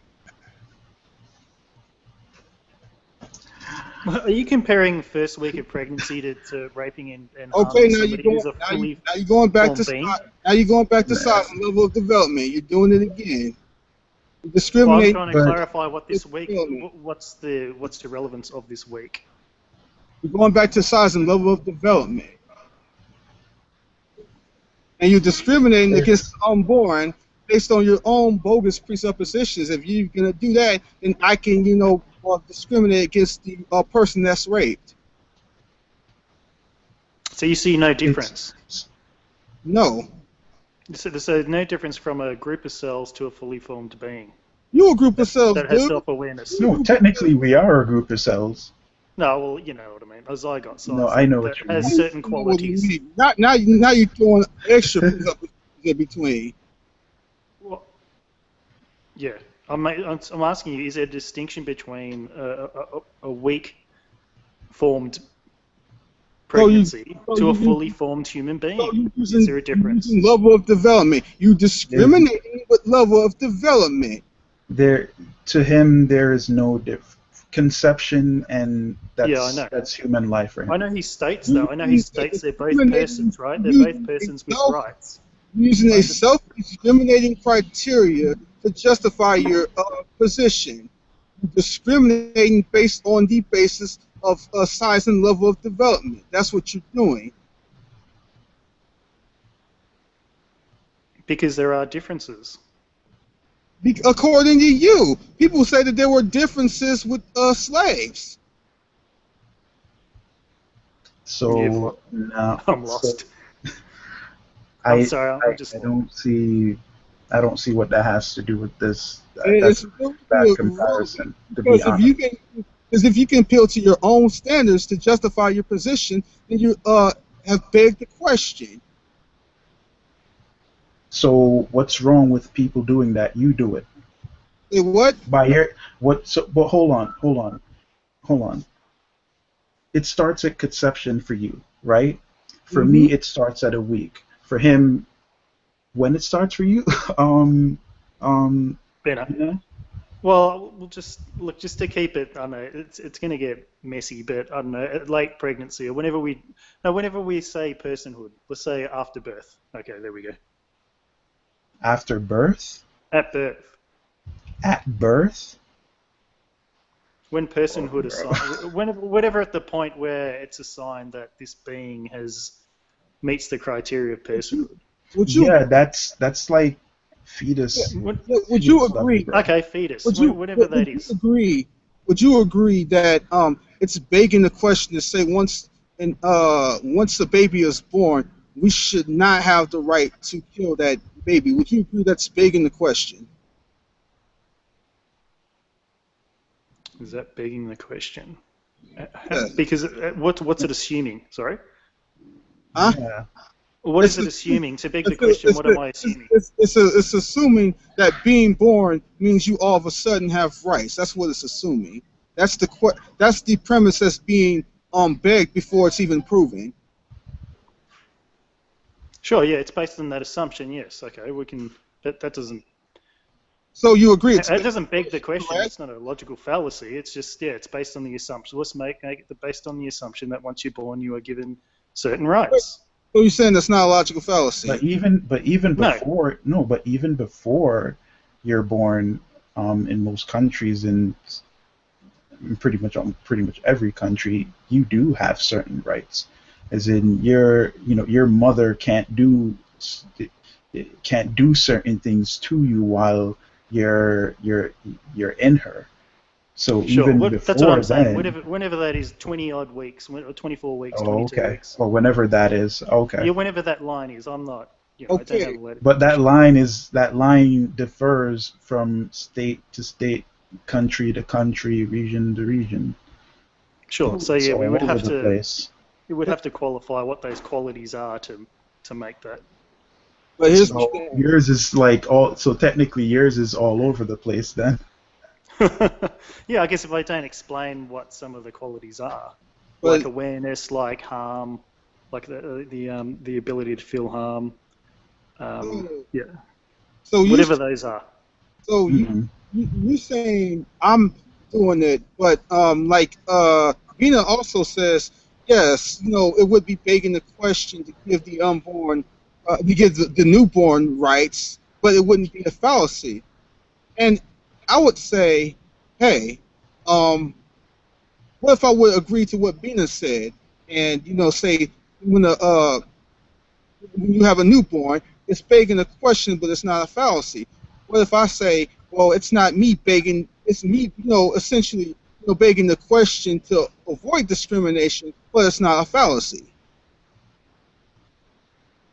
You just have to show how I'm begging the question by making that assumption. Well, you said that it was Right. begging the question to give the newborn rights just for the sole fact of being born. You said it was begging the question, but it's not a fallacy.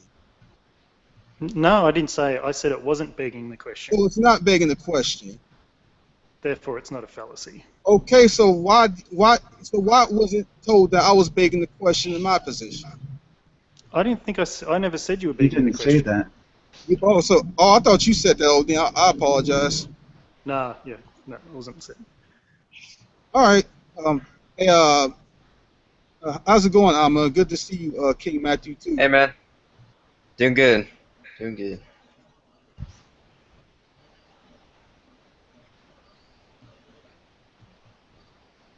You can hear me all right? Yeah. Yeah, no Alright. problem. Yep. Cool, yeah. So have you been listening to the conversation, man? I was actually in a hangout with Matt, King Matthew guy. Oh, okay. So, but then also before that, there's the that Black Hebrew Israelite hangout going on right now. Oh, where? What they're discussing. Is it at? It's on Faithful's channel. Oh, okay. I didn't even know about that. Yeah, Yeah, man, I didn't even know about that. I'm not sure if it's still going on. Let me check if it's still going on. But my internet's going slow right now, so if I like cut out or fall out or anything, just know that it's my internet. Oh, it's cool, bro. Thanks for letting me know. Alright. Do you live near train tracks, Antonio? Oh, I'm outside right now. Yes, I do live near a train. I'm just enjoying this nice summer weather outside. I like to be outside at night. Yeah, it's really nice. Oh, that's outside. nice. Oh, so you can start the hangouts. I would do that from if your I had phone? data. That's Yeah, my Yeah. on my I'm using the signal from the train station. It's got a very good signal. nice.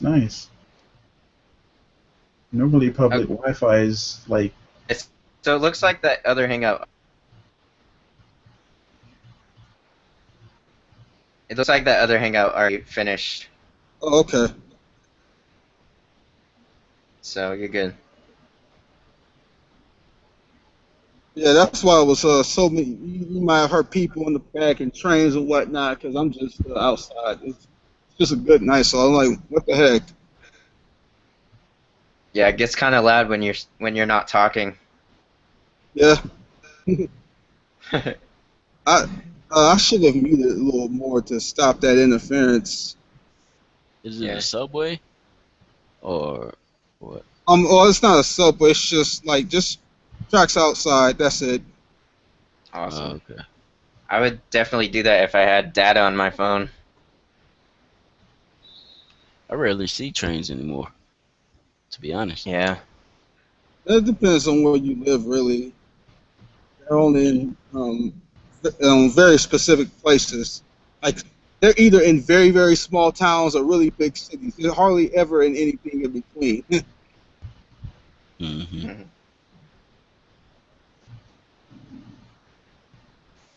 So what was the topic?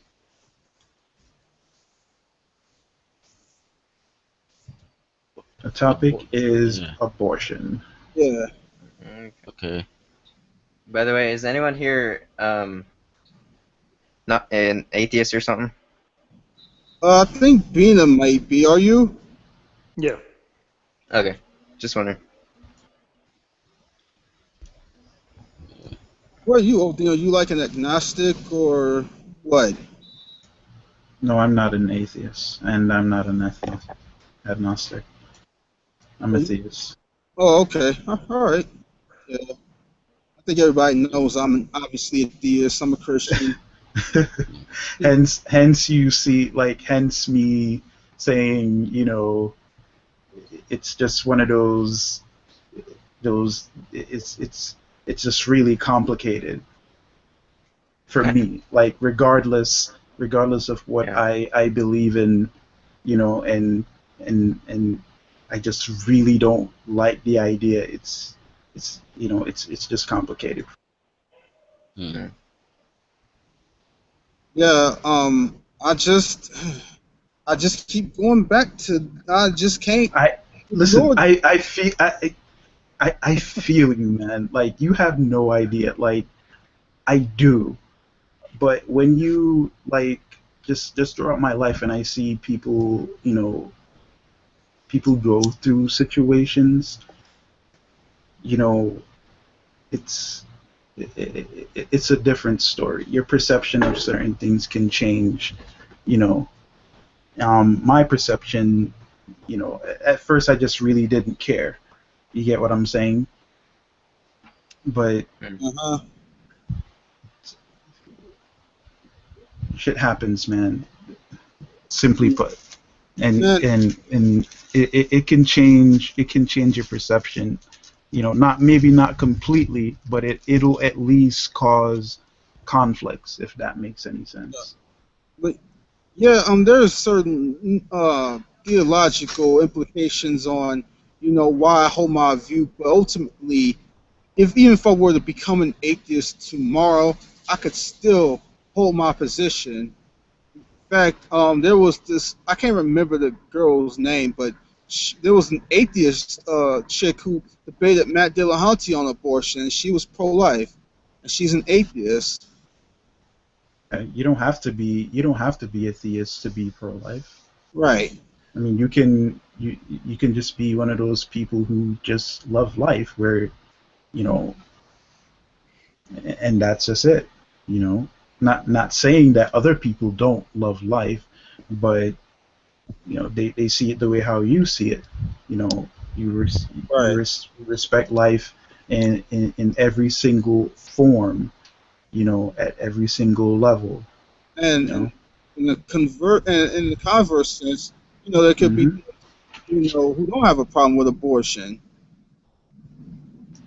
yep Like, you know, there are pro-life pagans, and then there are pro-choice pagans. yep Um, I think misinformed, unfortunately, pro-life Christians that need to be corrected, but nonetheless, they call themselves anyway. And then there are the pro-life Christians like me.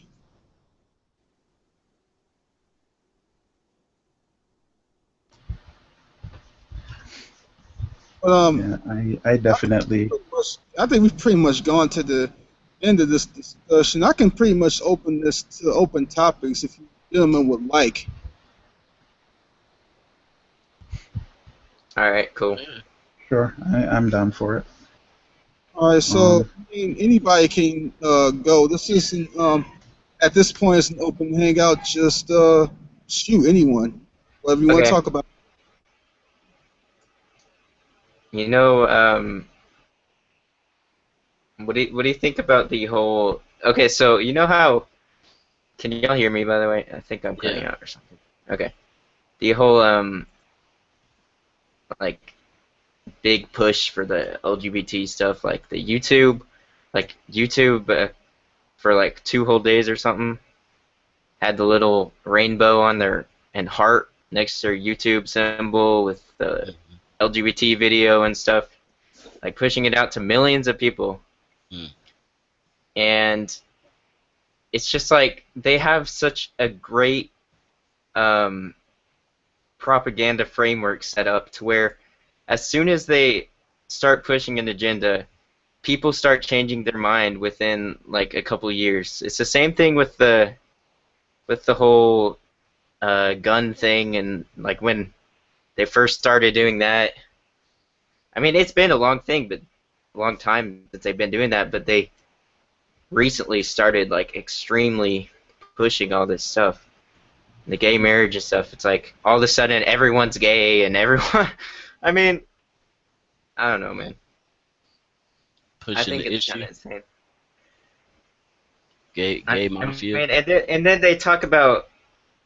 I mean, to me, it's like whatever is on your birth certificate, that's what you are. Okay. I mean, it's not that complicated. And then they start coming out, or I mean, like they're the ones saying Okay, so these people have no common sense in my totally unbiased, perfect opinion, and then they're the ones that are pushing for quote common sense, gun control or whatever.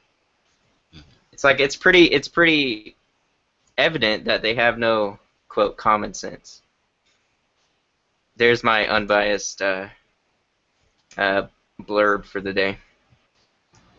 So, out of curiosity, what is the gay agenda in your opinion? Basic.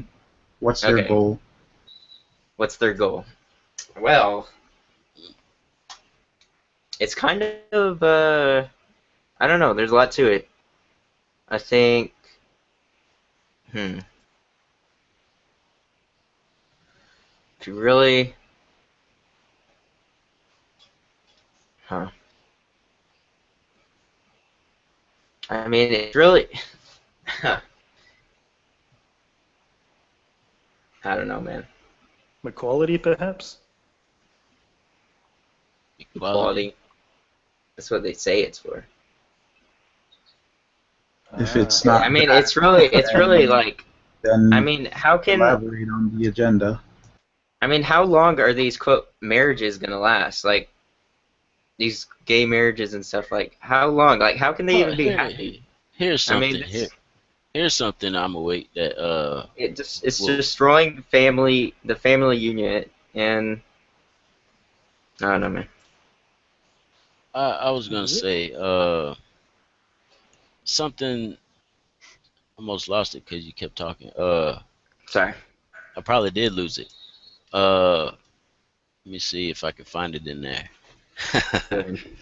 uh, but yeah, oh yeah, here it is. Secular society, basically. They could have basically put it in law, gay marriage. There you go, and they did do it. Gay marriage. There you go. They could have done that years ago, but they keep fighting that religion. Look at this is what was keeping us back here. It's a fight between the gay vote, Christian vote. They got it all separated just like they like it, and they could have done it the whole time. Yeah, hey, gay people can get married. Big whoop. Been this way for years. I mean, It's not even. we're living in a secular society. What's the Yeah. hold up?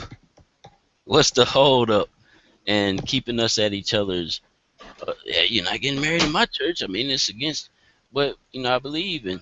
Hey, why do you want to impose that on us anyways? Just let them get married like at the not the food stamp place, like, but let them get their license from somewhere like that or somewhere government given. There's no need to keep the fight going on when you can enable. That's all. Okay. It's not even about like not allowing them to do that. They're just completely promoting it. They're promoting it like it's a good thing. True. Like with the White House being lit up the rainbow color or whatever. I mean, I get that they're proud of it, and that's the pride that they have. But you know what? I'm proud of my my straight pride too. I'm not gonna make a flag about it. Demand that everybody, Exactly. everyone's face. Yeah. Okay. True. Okay, so the whole marriage thing, right? Yeah.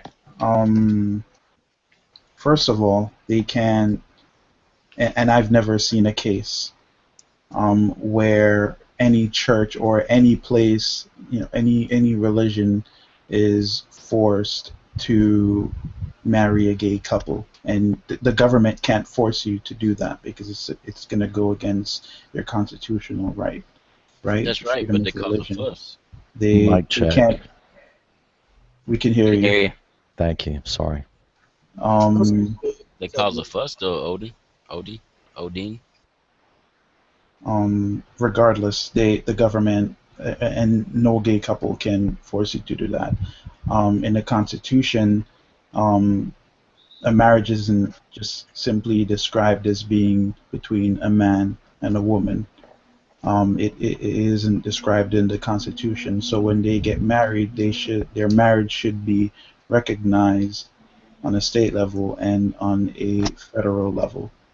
But they just want their marriages to be recognized publicly, and But why didn't they state, enable it a long time ago? obviously because there are people in government who didn't want them to have that right in the first place.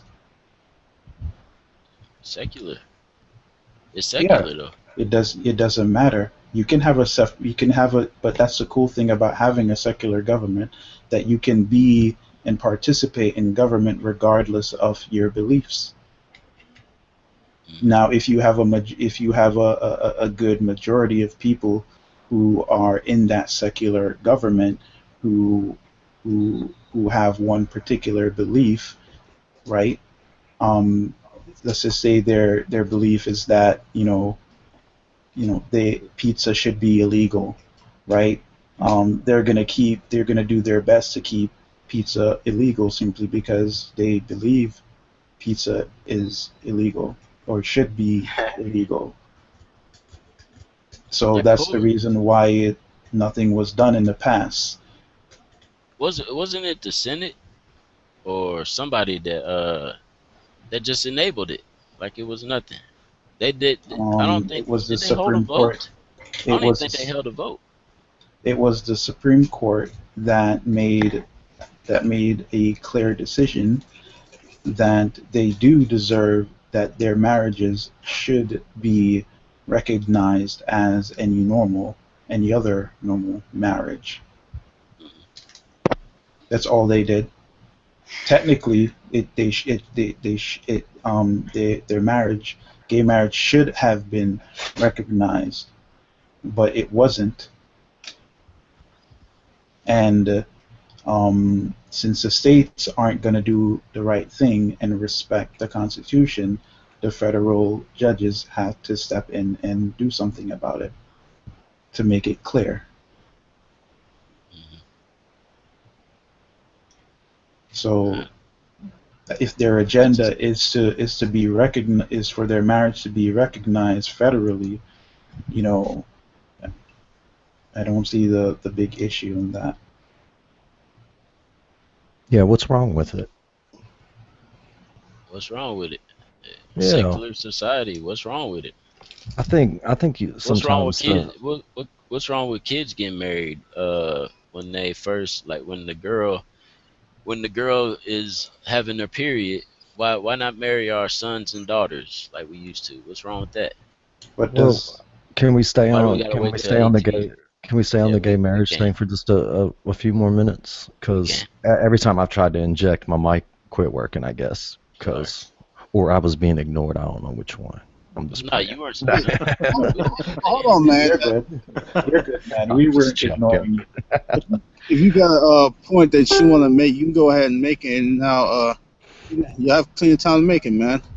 Yeah, no, I kept on adjusting the settings and then it never picked back up. But I want to, well, 2 points. One, that a secular society benefits you guys, or if you want to say the other side, it benefits the religious side as well as the non-religious, and tries to have an unbiased government. So it works out for both of us, and I think it should be um, fought for and strived for. But the second thing is that um, the celebration of the passing of the gay marriage was a big deal, because it was bringing a large portion, even, I mean, maybe if it's not a huge percentile of our population, but it was bringing them to giving them the same rights that the rest of the population that they lived among had.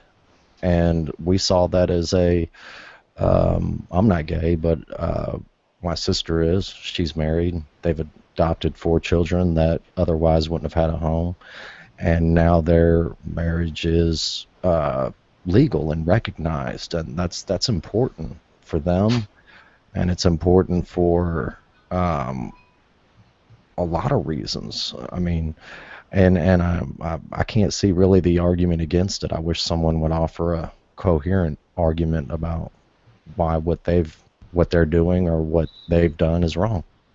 Here's my argument. The problem I had with the Supreme Court decision is the fact that it put marriage into the hands of the federal government. Instead of allowing the states to decide the issue, because That too. no definition of marriage is recognized as a right in the Constitution. No definition. Whether you talking about gay marriage, heterosexual marriage, no definition is recognized in the Constitution. And what that essentially did was, when they put that into the hands of the federal government to decide the matter, basically like saying, hey, the government can dictate, who gets married and who can't. And I think, something like that shouldn't, have been put into the hands of the federal government to begin with. It's similar to how I think, something like, marijuana should have never been put into the hands of the federal government at all. I don't really think that's something, they should be able to control. Yeah. Can I respond to that? Yeah. The issue of marijuana is not the same as something that's basically been written into the Constitution. Remember, government is there. The federal government is just there to enforce, and that's it. The judicial is there to interpret, right? Now, if they interpret it the way as it is in the Constitution, then the federal government has to enforce it. Therefore, since it's constitutional and the states have to go with what the Constitution says, then the states needs to abide. Where That's just how it is. Where in the Constitution does it say that marriage is a right? Where is it? All men are created equal, right? Yes, but that ain't got nothing to do with marriage. No, has nothing to do with it. That's something though. Equality, they say. But you're complaining about a procedural issue. I want to know what your problem with the issue is. Oh, My problem is putting something into the hands of the government that does not belong in the hands of the government. That's it. Okay, what if it was state by state? I don't care if the states decided on that. Then let the chips fall where they may. If all 50 states decided, hey, let's legalize gay marriage, let the chips fall where they may. If they if the chips fall the other way, then again, let the chips fall where they may. I just don't think it should be in the hands of the federal government.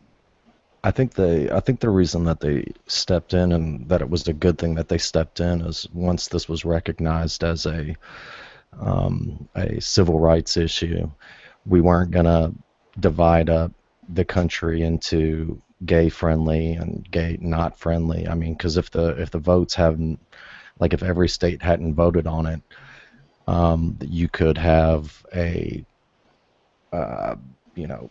good state, bad state, middle state, balanced state. So the federal government stepped in and decided as a nation that we are going to offer equality and equal citizenship to the gay population. Well, I think it was an awesome decision. But here's the thing. I don't even understand how something like how is something like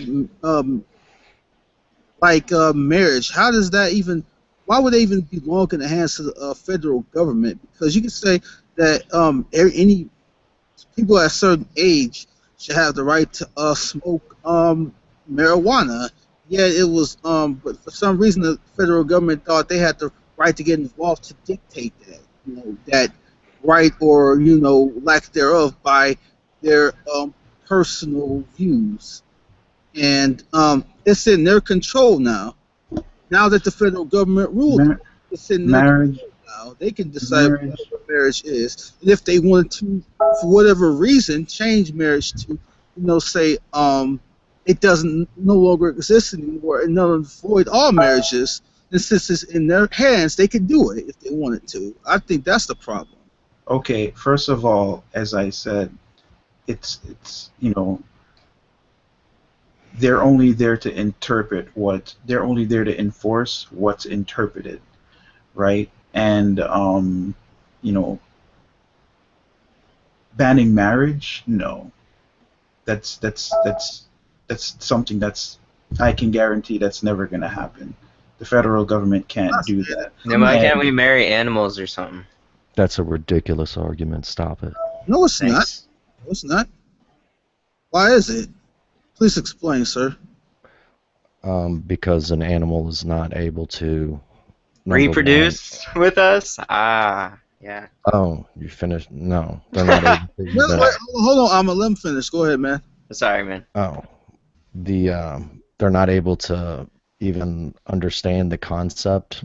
Number one, and if so that's number one. What makes it ridiculous? And then if I asked you, would you then support the gay marriage if they put a asterisk in there that says except for animals? Because is that really your big worry, that it's gonna snowball into people? Well, I marrying do think it's Tired. gonna snowball into pedophilia, but not Oh animals. my Yeah. god! How so? No, I mean they're already saying that it's the same emotional appeal to the same sex, or the same things involved in that is the same as to children, to younger people. You Well, you there's are going to have a science hard time providing backing evidence up. for that. but some people Well, are making the Here, let me try to argument. find it. But the Okay. argument is made that animals like dogs, for example, have a certain level of a sentience to where they can understand a number of different human commands and things like this. But not concepts. Say what? But not concepts like like holy matrimony or lifetime unions. I mean, that's a ridiculous argument. So Well, Hey, I got it on the leash. it is a ridiculous argument, but there are those who have made it, and I think there was a couple. I think there was an instance of a dude who married an animal. but let's get down. Let's cut through the clutter and let's just say what is wrong. I'll use my sister and her wife as an example of them getting married, and not only being married but being recognized in every state that they decide to travel to as being a legal married couple. What is your issue with that? Well, my issue with it is, again, my perspective is, the federal government having a hold of the issue. That's my That's argument. procedural. Say what? That's just the procedure and how it was achieved. And yes, and you're okay with the federal government deciding what marriage is? You okay with that? If I thought about it, probably not. But the real topic at hand is what, I mean, let's just say the federal government decided that black people should have equal rights, and instead of talking about that issue, I want to harp about how the federal government shouldn't have stepped in when giving all races and equal rights. If I'm against them having equal rights, I'll just state my point about why they shouldn't have equal rights. I'm not going to harp on how they got them. What does marriage have to do with rights? So that is not defined anywhere in the Constitution as a right. You just don't want to say it, do you? Say what? You just don't want to say it, do you? I don't want to say it. What is it? And don't even try to pin me into some sort of hole, because even secularists, non-theists, have given the same arguments I've given. I'm So don't even try that. I'm consciously trying not to ask you gotcha questions, but now I'm being forced to. But here's the thing: if there's even secular arguments that's being given, I'd like to hear one. What? Can I hear one, please? Well, I started off with the one. The whole number one, there's the procedural argument, and number two, there is the legitimate concern that that you would have a logical slippery slope argument. The That's a slippery, secular, a that's slip, a secular slippery slope. slope is What about slippery slope? I think the slippery slope is just a canard that's thrown out there to distract from what's really going on between adult human beings that love each other being able to have a marriage that's recognized. Why not just stick with that Well, instead of throwing out all these false it's not. red herrings? It's not a red herring. So do you understand the difference between the slippery slope fallacy and the slippery slope argument? I thought I did. Well, Please explain. the difference is this. Let's say, I say, all right, if a parent eats candy all the time and is very just engaging in a bunch of unhealthy habits and they're eating just candy all the time and they're teaching their children the same thing, just be unhealthy and eat candy, and then their children grow up and repeat the same thing, and then they teach their children the same thing, and it's going on for generations and generations, and before you know it, you got a whole race of unhealthy people engaging in unhealthy habits and eating candy bars and stuff. That's a slippery slope fallacy. Now, Okay. a slippery slope argument would be something like, we have silence in the library, and there's a good reasons for that. We have certain rules about having like silence in the library or having certain rules of decorum in the library. Like we wouldn't allow something like drinking and smoking in a library, and for very good reason. Because if we allow those things, that could have a legit. You can make a legit argument that they would lead to other messed up things. Like Okay. So, okay. Go you ahead. have drugs in the library and problems like that. That's a logical argument to make. It's a logical inference. There's nothing wrong with that. That's a valid concern to have with that particular thing. And that's the difference between the slippery slope fallacy and the slippery slope argument. Well, thank you for the distinction, but you're almost agreeing that if the law were written that a consenting male, female, female, female, or male, male adults agree to engage in marriage, human beings, then you'd be fine with it, right? That would cut out all the clutter of Well, the animals and the bottles of ketchup and the marrying your car. If it was restricted to just human beings, what argument would you have against this so would you be law? okay? So would you be okay with like say 6 adults, like 4 men and 2 women? I said one man. I said man, woman, man, man, woman, woman. If all of these things were made, if all of this was drawn out in the law, would you still have a problem with it? Um, yes, for very good reason.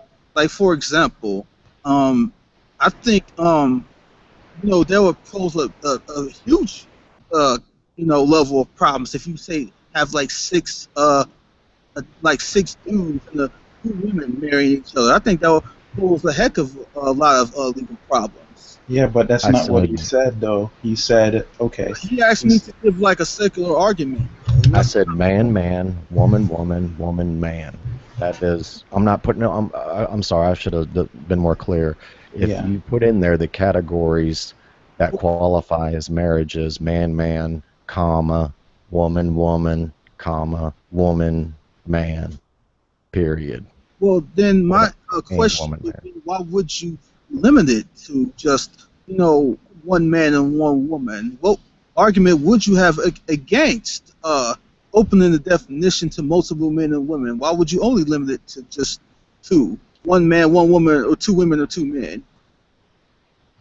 Why would I limit it to one man and one? Well, I guess you could have polyamorous relationships, that if all of the adults are consenting and not causing any harm, then I guess you could open that up. I mean, that's been done before. For some reason, the word escapes me right now. What it's Polygamy. polygamy. There you go. Yeah. I don't see that as doing, unless the participants are being emotionally damaged, controlled, abused, or anything like that. I'm not seeing an argument if this is something that they want to partake in, and there are people that do. So Yeah. I don't. I appreciate your consistency. You are aware that there have been even people who have agreed with gay marriage who have argued against polygamous marriages, right? That probably is true. Yeah. I that's personally probably can't true. see how a polygamous marriage would work. I think that they would ultimately not work out just because of human nature, just jealousy and but maybe some people do make them work out, and No, that's it, it doesn't it does work it doesn't out affect in me. it does work out in some cultures, and I guess religions or whatever. So Yeah, I I guess mean, if it's it set does. up, yeah, if it's in the culture, I guess it could work. It would just seem weird Yeah. from my perspective. Yeah, but that's the thing. The thing is that from Antonio's perspective, I guess to lightly say gay marriages might be weird. You know, you get what I'm saying? But So everybody in here already knows that from my personal theological perspective, I am, against homosexuality. Thank you What for happened finally was saying it. necessarily, but you already knew that from the beginning. I don't even know why you would be surprised by that. Well, I can't just assume that because All right, fair not enough. all theists Fair, are. fair enough. But even I wasn't even giving any religious arguments though. I wasn't appealing to my theological beliefs when I made these arguments. I know that's why you haven't really made a coherent one yet. yeah. Wait a minute. So the non-religious arguments that I've made were not coherent, right? Is that what you're saying? Okay, let's Yes. just get this out the way. If you're going to use animals as if you're going to put animals in the picture or inanimate objects, they can't consent.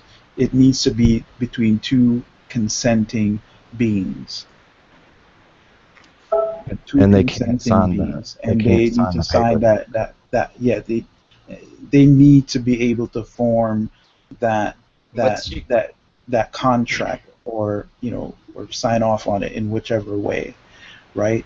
The consent needs to be there. That's why it would be illegal for an adult and a child to get married, because a child can't consent to something like that until they're legally an adult. so what's your basis for marriage? Like, where do you get all these rules from? Because it seems like it's basically whatever you want it to be. Exactly. It's what do you mean? Whatever I want it to What do be. you mean, I whatever I said want Well, it I to between a mean, be? to us, marriage is something given by God, and where do you? And so we have a basis for that because it's described and what They it, want what the it should be in the benefits. Bible.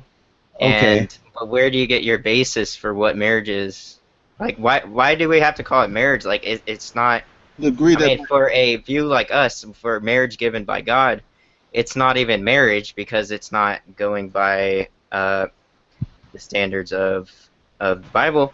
And so why do you even want to call it marriage? Why isn't it just like a partnership or something? so Right. hold on. So Right. so my question is, if someone is in a different religion, right, Yeah. and their gods gave them the same concept of marriage, what would you say about that?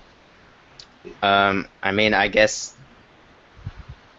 I mean, I guess they could do what they want, but There are definitely going to be people who have certain commonalities and certain beliefs. I mean, heck, there are even atheists out there who hold the heterosexual marriage, as a consistent, standard. They're not like in super huge numbers, but they do exist, though. So I Okay. mean, yeah, you're gonna have certain commonalities sometimes. Yeah, but by you guys, based on your explanation, your or your views on it, a Hindu marriage isn't a marriage. Um, My theological basis, I wouldn't call it one. Okay. See, I think your position, just like listening to the abortion one, is you're bringing up or engaging in these topics with not really a genuine want to talk about them because I wouldn't you say know that. I I mean, you like know I said, I don't even think it's the marriage thing is that big of an issue. I think it's just the promoting of it and glorifying it that is the issue. All right, my biggest issue are really, um, I mean, ultimately, I'm not going to agree with it, from my theological perspective, and I have to be consistent in my beliefs. But I think a lot of the immediate effects, come with, what you rightly pointed out, Christopher, with the procedural aspect of it. I think the biggest problems come with that. And okay, so what are the problems? The problem is, who do you want to be ruled by? Do you want something like marriage to be in the hands of the federal government? But it's not. Um, the Yeah, mar- the federal government cannot take marriage away from us. They cannot. oh, yes, they can. Listen, Antonio, whenever it doesn't matter what laws are passed, marriage is something personal. Listen, they could have gotten married, and gay people have gotten married before the federal judges have made a decision on it, right? But the thing is, it wasn't recognized. So they did get married, and they were getting married, but it wasn't recognized. do you want to discuss Federal maybe religion. why the recognition is important, why being recognized is important, why that could come in, why Well, that's so important? well, We, we already kind of who spoke on that, but I recognizes would. who recognizes a certain union isn't really like in a privacy isn't important to me.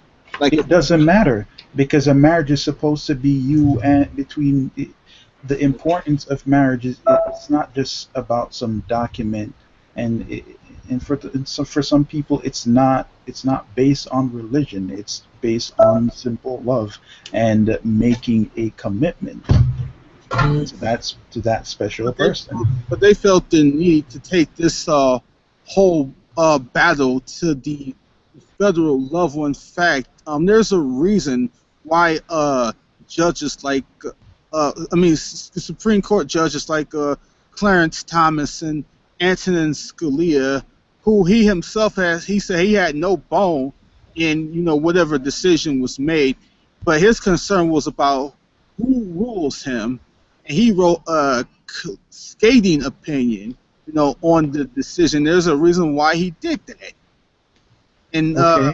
his legal understanding of the originalist intent, behind this issue was not really something that should have had been left to the federal government. And his issue was not about who should be able to get married, man, woman, man, woman, woman. His issue was about who rules him. All right, and that is the Okay. same issue that I have. Okay, but yes, but he's human. He can have his opinions, but at the end of the day, his job is to interpret the law the best way he sees it, right? And Like there's take for, nothing in the Constitution that puts gay marriage or any form of yeah, marriage but there wasn't as a anything in the right. There's nowhere it doesn't exist. yeah, but there wasn't anything in the Constitution for interracial marriage either, and then until something was done about it. Well, what was in the Constitution, well, there were certain things that were not in the Constitution. Like they used they had certain rulings to like dehumanize blacks, right? And then the Constitution was amended, right? Okay. um, where there was no constitutional amendments on a definition of marriage at any point. There was no direct language in there at all to rule upon. So if they wanted to have a ruling or some sort of specific idea about what marriage is, then what they should have had was a constitutional convention, not a Supreme Court ruling. Okay, let's go by your logic then. So it isn't defined, right? It isn't No, it's not. defined. It's But not defined, and they did have a constitutional convention. When they defined blacks as persons with dignity that should not be enslaved. okay, the Constitution said that all men are equal. They're interpreting what was written in the Constitution, right? So let's get that out the way. Secondly, the marriage isn't defined. Since it didn't, let's go by what you said. It isn't defined. Mhm. So, but at the end of the day, the federal government has to recognize it, right? So what is the issue? If the federal government is going to have to enforce something, it should be enforced. They're doing their jobs. Thus, the states needs to do the same what? thing. What are they enforcing? Enforcing something that's not there? Recognizing the marriages of whomever it may be, since it isn't defined. So if anything is not defined, they can just recognize it. So if I don't know, if cheating on tests in school isn't defined, they can just recognize it as it's okay to cheat on your test. Antonio, you know that's a bad Yes, example. it's a bad argument because you're trying It's to. a really bad trying to argument. It's on your part because you're trying to claim that the lack of recognition means that No, they can. you made the claim. You made the claim, right? And you are correct. I went and I looked for myself, right? I didn't disagree with you, right? So I went by what you said, and since it clearly didn't say anything, and since it clearly and obviously, didn't define marriage, specifically as being between a man and a woman, or a man and a man, and or whatever, right? This shouldn't be an issue. Define marriage at all. Okay, that means there shouldn't be an issue, but the issue here is that the marriage needs to be recognized by the government on every level, local, state, and So wait a federal. minute. Wait a minute. Let me try to help. Hold on. So anytime something is not defined, it should go straight to the federal government That's to not define what it if it's not in the Constitution, or should they, come to some sort of constitutional convention and then hash these issues out? I mean, but if you want to go that route, then technically heterosexual marriages shouldn't be recognized then. Well, that's the reason why they left it to the states, not the federal government.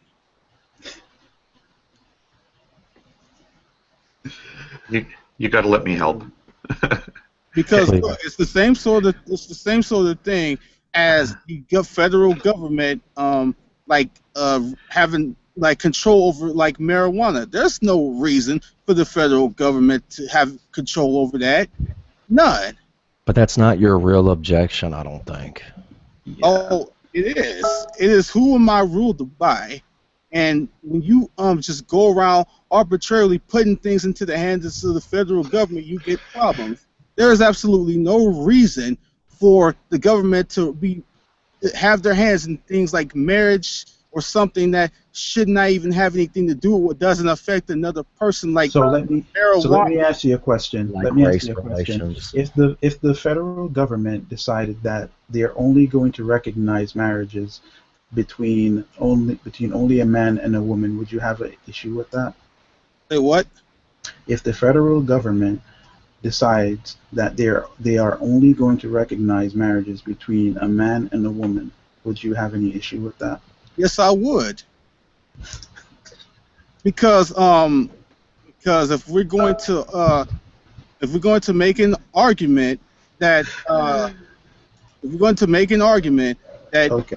certain things don't belong in the hands of the federal government, then I would be absolutely consistent in even saying heterosexual marriage should not be in the hands of the federal government. I'm consistent across the board. Go ahead, Hawkeye. Sure, can I take a run at it? What about, and I'll come back to the marriage thing in a moment, but what about if the federal government wanted to outlaw a particular medical practice, like abortion, for example? Say that again. I can say it again. What if the federal government wished to outlaw a particular medical practice, for example, abortion? Well, that just goes back to the whole argument. You know, what is the unborn? I mean, No, specifically, would you support that kind of a law, or would you say the federal government doesn't have that power in the same way that you're referring to? you're saying the medical practice of abortion. I don't agree. Killing the unborn, you know, is something that's like medical in nature. Well, that's up to the states to decide, isn't it? Say what? That's up to the states to decide, isn't it? Oh, well, to decide whether to kill another human being or not. No, well, whether or not it's a medical practice or whether it's killing a person, that should be up to the states, isn't it? Well, if it's involving like the taking of someone's life without due process, I don't think it should be up to the state or the federal government. Okay. Oh, it shouldn't be up to either? Are you gonna equate marriage with which doesn't involve taking the life of another without due process? No. I'm just checking, just because you were making the point that you want to stay consistent in your position, that you're saying since the Constitution. Okay, go ahead. Don't equate killing with killing. Don't equate the killing of a human being without due process with. I don't know what you mean by equate. I'm not saying they're the same thing. What do you mean? I'm saying. You don't know what I mean by equate. Now you playing with definitions. Now you don't know what the term equate means. Holy crap, Antonio! Settle down, please. Can I get a word in? No, I'm not. No, I'm saying I don't know what you mean when you say I'm equating this with that. I'm not saying they're the same thing. I know people getting married and somebody dying are two very different events. I'm not equating them in any way. I'm saying that they do have this relevant feature in common, and that is neither of those things are mentioned in the U.S. Constitution, nor any of the amendments to the Constitution. Wait a minute. So So- you're saying Okay, I'll wait a minute. Go ahead. So are you telling me that whether another human being has dignity and protections or whatnot isn't mentioned in the Constitution? Why would you say that's what I'm telling you? Is that what you think I'm telling you? How's about not playing those sort of childish word games? If you know what I'm telling you, then say what I'm telling you. Don't twist what I'm saying into something else so that you can go, oh, so what you're saying is this. Okay, I think it's quite obvious. It's clear in the No, Constitution. Antonio, he's I think talking it's quite- about the medical practice. Hold on. I think it's quite obvious. It's very clear in the Constitution that human beings have the right not to be killed. I think that's quite obvious. Okay, well let's go back to the marriage thing. I think we established that's an inconsistency in your position. But let's stick. I think the abortion thing maybe energizes it too much. Let's go back to the marriage thing. You guys were discussing that. Okay, so marriage, the wedding process, the solemnization, all this stuff isn't mentioned in the U.S. Constitution. It isn't mentioned in the amendments. So where do those powers fall? Now the American tradition is that when there isn't a power that's divvied up expressly in the Constitution, it is to fall to the states, not to the federal government. So marriage actually does fall to the individual states because there's nothing in the Constitution that says that the federal government will make these laws or regulate marriage in a particular way or the solemnization of marriage. It's not mentioned at all. So actually under your constitutional structure, marriage is entirely up to the states. And Right. if you look at how marriage is being managed in the states, it is managed. Sorry, when I say the states, I mean in the U.S. It is being managed by the states. Right. So there's no confusion over that point. Right. But keep in mind that even those things that are within the state's authority, they're seen to be like, no, these are powers that constitutionally are divided to the states. The state governments still have to do it in accordance with the overall, like under the umbrella of the U.S. Constitution. So I'm just trying to think of what's another state power like regulating highway speeds. If they said, well, men are allowed to drive 55 miles an hour, but women can only drive 45 miles per hour, or Christians can only drive 35 miles per hour, or Christians aren't allowed to drive cars, or Jews aren't allowed to drive cars. There would be, significant constitutional challenge to that. Somebody would come up and say, well, what do you mean Jews aren't allowed to drive, or women aren't allowed to drive the same speed? And they would say, people would challenge that. And let's say it was Colorado that did it. They would sue the state of Colorado in federal court because the state of Colorado, by exercising that power in that discriminatory fashion, would be violating the Constitution. Now, of course, somebody could stand up and say, well, you know what, driver's licenses aren't even mentioned in the Constitution. Well, that's right. That means the states are responsible for driver's licenses and speed limits, but they must administer those programs in a way that's consistent with, for example, the 14th Amendment, which says you have to apply your laws equally to all people. So we're clear on that point? Because I can tie it back to marriage very quickly. Mm-hmm. Okay, so the states are in charge of the administration of marriage, both sort of what a marriage is and the practices for solemnizing a marriage, all that stuff. The states are in charge of all that stuff in the U.S. But they have to administer those programs with a blind eye toward the nature of the people coming forward, right? Or they have to demonstrate there's a legitimate purpose why they're, like you can't marry somebody who's in a coma, for example. There's probably a good reason to not recognize that marriage. But this is why the U.S. Constitution is relevant. Why the 14th Amendment, the Equal Protection Clause of the 14th Amendment, is relevant in a discussion of marriage. Yes, the states oversee marriage, but they have to do it in a way that's consistent with the Constitution and the amendments to the Constitution. And any state that says, well, a man can marry a woman, but a man can't marry a man, is seen to, at least in the U.S. Supreme Court's opinion, any state that says a man can marry a woman, but a man cannot marry a man, is seen to be administering marriage in a way that is not consistent with the Equal Protection Clause. Does that make sense? Okay. So would you apply that same sort of reasoning to polygamy too? Like, I don't know, 4 men and 2 women? Would you think that it would be the same type of argument for that as well? Well, not really, and the reason for that would be that each state has defined marriage, actually except for Utah for a period of time, each state has defined marriage as being a partnership. It's a sort of an incorporation of 2 people entering into partnership, and those two people have to, and it's an arbitrary number. I mean, you can say, well, why 2 people? Why not make it a corporation of 4 people? I don't know, but that's the tradition. That's the legal tradition. That's the cultural tradition. Is that a marriage is you pick one special person that's going to be your wingman for the rest of your life, right? And so since you're only allowed to sort of designate one person to be your spouse, that means that marriages always have 2 people. And then, of course, there's other requirements to it. Those 2 people have to be able to give consent and actually give consent, not be coerced by the other, or one of them owned by the other. There's things like that. But yeah, so in terms of the polygamy, that argument wouldn't. What am I trying to say here? So it's recognized that marriages are a partnership between 2 people. Each person designates another person to be, you're my special someone for the rest of my life.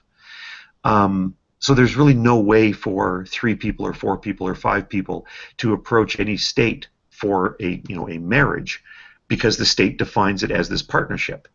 The only place where the argument applies, that is the 14th Amendment argument, the only place where it applies, the 14th Amendment doesn't say, well, everybody has the right to marry whoever they want under whatever circumstances.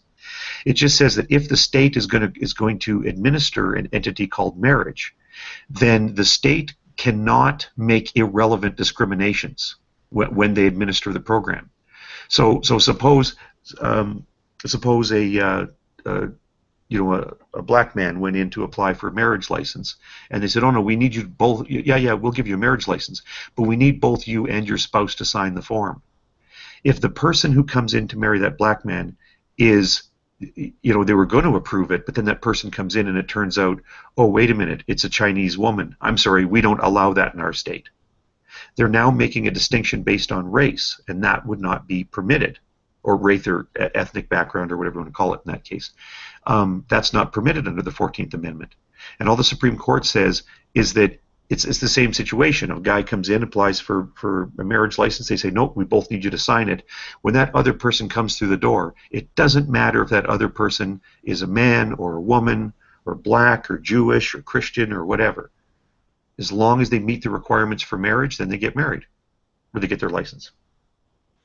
Okay, so if we were to apply the same reasoning to polygamous marriage, then we could do that same thing and say, hey, the state doesn't see this, so let's take this to the federal government and get the issue settled. Well, I mean, Everything said can be applied to polygamy too. Well, not at the federal level. It couldn't be. I mean, if it were the case that there was a state, Take it to there to settle the issue. well, if there were a state that that said we're going to recognize incorporations, like let's call it family incorporations of either 2, 3, or 4 people, but not more than 4, because that's too crazy. But we're going to recognize the marriage of 4 people. Actually, let me give you this example. I'll let the guy who says it's too crazy, but for now, Yeah. Okay. Well, actually, there's a tradition in some churches. Who No, cares, Hogtie? What, Who who who really cares about what people do behind their walls at night? Do I have any control over a homosexual man or a man that wants to shoot heroin in his veins?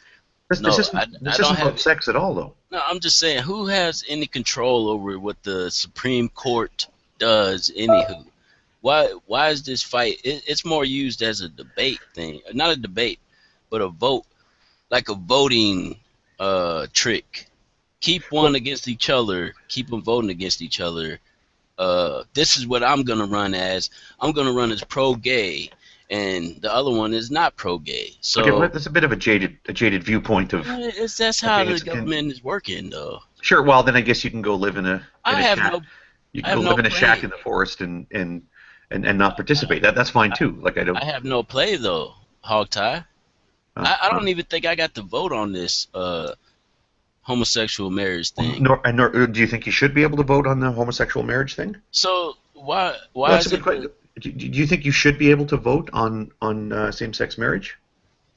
No, I don't care to vote about it.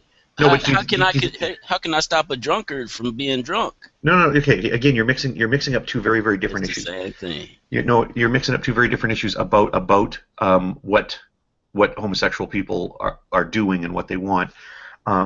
If it's always been, I mean, there's nothing wrong with 2 men getting an apartment together, and going halvesies on the rent and taking turns grocery shopping, or however they want to live their lives together. Maybe they're having sex, maybe they're just buddies. Who knows? That's not at all of interest to any state or federal government. I would be sort of perturbed by any government that would sort of care how they were going about that. The same-sex marriage issue isn't about sex or the sort of conduct of the couple. And when I say couple, it could be just a couple of buddies, right? They don't necessarily even have to be having sex. Lots of times women will pair up for many, many years without having sex. They get along well, The same-sex marriage issue is about the recognition of that incorporation of 2 grown-ups that say, hey, I want to spend the rest of my life with you. And when we get old, I want to be able to visit you in the hospital and you visit me in the hospital. That's what the issue's about. It's not about sex. What Christian is standing in the way? Yeah, I don't know. How can we stand in the way? So the power's out of our hands, Hogtie. Yeah, well, I'm 100% agree with you there. I'm always surprised that the let me put it this way. Amongst let's set aside the Christians who are more gay accepting. There are many, many Christians in this community who take the position. I'm not saying all Christians take this position, but let's limit this next thing I'm going to say to those Christians who say, look, The Bible's pretty clear about this. A man shall not lie down with man. This is a concept that was made very clear in the Old Testament, and the sentiment, even though it's not as clear in the New Testament, the sentiment is still there. So let's say it's your interpretation of the Bible that men and women, even if you feel homosexual drives, everybody feels sinful drives, don't do it. So that's your decision as part of your walk in faith is I will never have sex with a man. Or if you're a woman, you say, well, I will never have sex with a woman. Okay, well, you know what you've done now? You've now said, I'm not participating in homosexual sex. I'm not participating in homosexual relationships. I'm not participating in homosexual partnerships.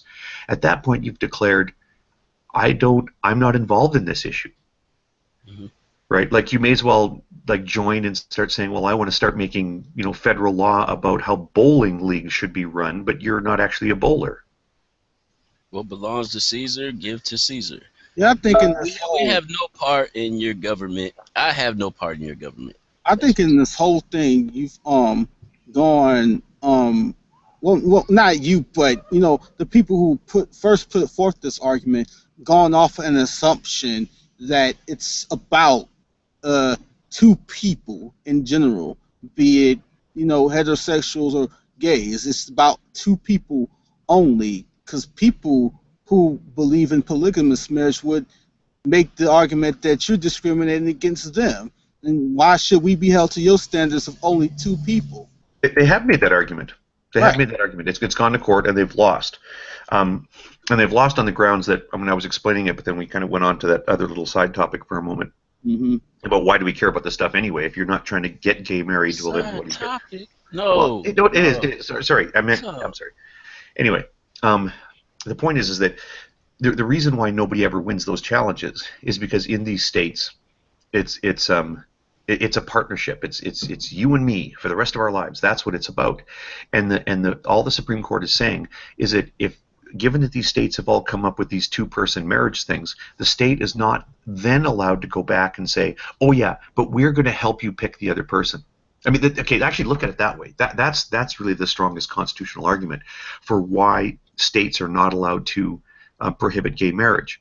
For the same rationale why they're not allowed to prohibit mixed race marriage. Because what is the government doing helping you pick your spouse? Now they're not saying, well, you have to marry this particular person, but you're coming in with somebody and the two of you are consenting and they say, no, you can't marry that person. That person's not right for you. Here, we're gonna limit your selection to this pool of which we approve. Like how more paternalistic could a government be? I don't disagree with your legal explanation, but this is not the reason why most people was bringing forth this explanation.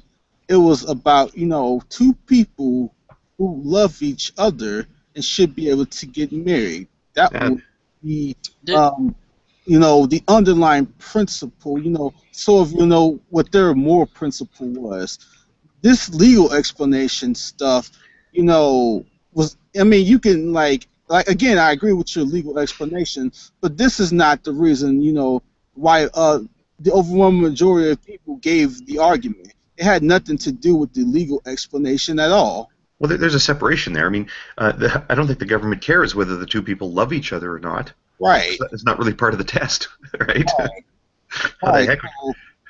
Yeah. So again, if that has nothing to do with the test, then who is to say that there isn't being a discrimination on legal basis? Who is to say that we shouldn't change the laws to allow things like polygamy? They feel like they're being discriminated in the law, just like. I don't see anyone standing up for God in school. Yeah, well, hang on a second. I want to address the polygamy point because you keep bringing it up and then you're not letting me answer it because it's an interesting question. And so I get to the point. I say the reason is because the tradition in all of these states is that it's a partnership. But let's suppose hypothetically there's some state that came with a different sort of incorporation. Maybe they called it marriage, maybe they called it civil union, whatever. The label doesn't matter. But they said we're going to allow a practice where let's say exactly 4 adults get together No, let's not make it overly specific. Whatever. Let's look at something like what's happened in Utah, and not just Utah, but other places where they have it's called the FLDS faith, the Fundamentalist Latter-day Saints. They're like the Mormons that broke away from the Mormons when the Mormons went sort of sensible. If you take my meaning, they practice polygamy, and generally, so a man would marry a woman.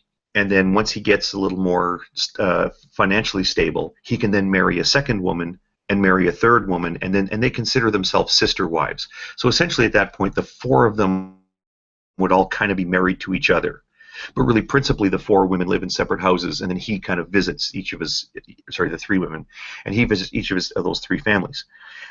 So let's imagine a state where they said, yeah, that's fine. You can have 2-person marriages, 3-person marriages, and 4-person marriages. So we're going to approve that. Well, what happens the next week when 2 men and 2 women go in and say, well, we want to be, a couple. We want it, the 4 of us want to be recognized as a family unit the same way you recognize that guy and his 3 wives. And the state says, no. You can't have 2 men marrying 2 women.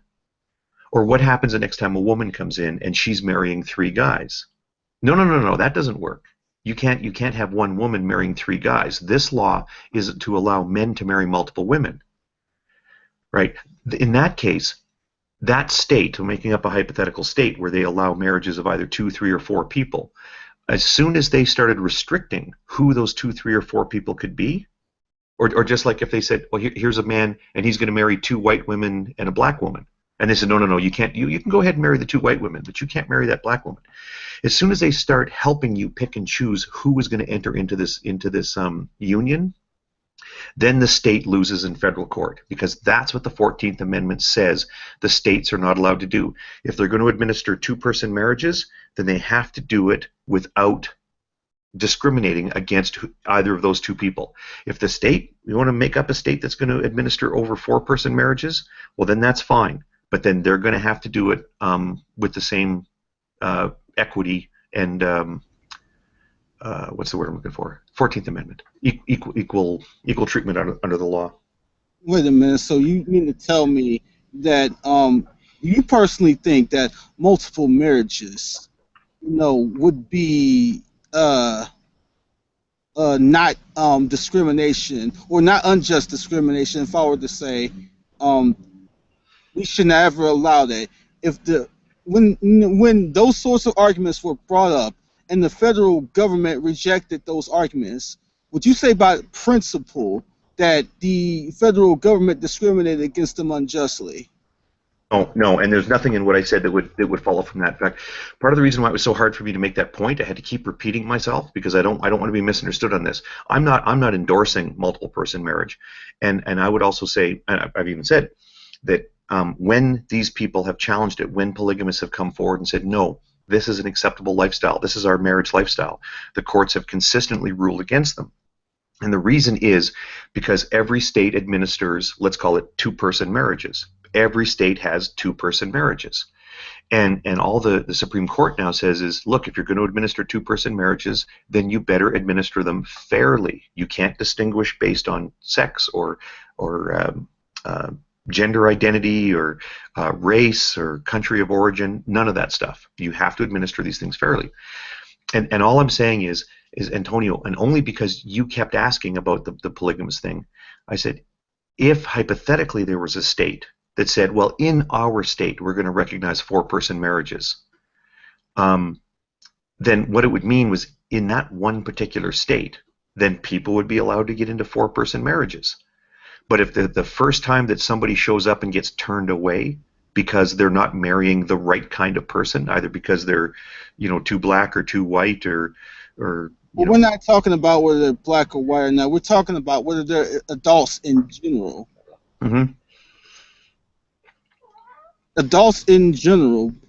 So being adults in general, you find no unjust discrimination when the federal government says, hey, people shouldn't be able to have polygamous marriages. I think I've answered that like 3 times. I'm saying I think go ahead. Hold on, man. I got you, man. Go ahead. Okay. You asked, I'm finding no unjust discrimination. Okay, I don't know what you're asking, but I'm asking you, do you think it's unjust for somebody to for a polygamous couple to be denied any legal rights to be married by the federal government? Yeah, he's asking for your personal opinion. oh, okay, basically. okay. Yeah, that's right. I've been answering how the courts have been ruling. No, in my opinion, it's not consistent with what marriage is. As I say, marriage is recognized as this partnership. So you think marriage is only a two-person thing, right? Mhm. Just a two-person thing only.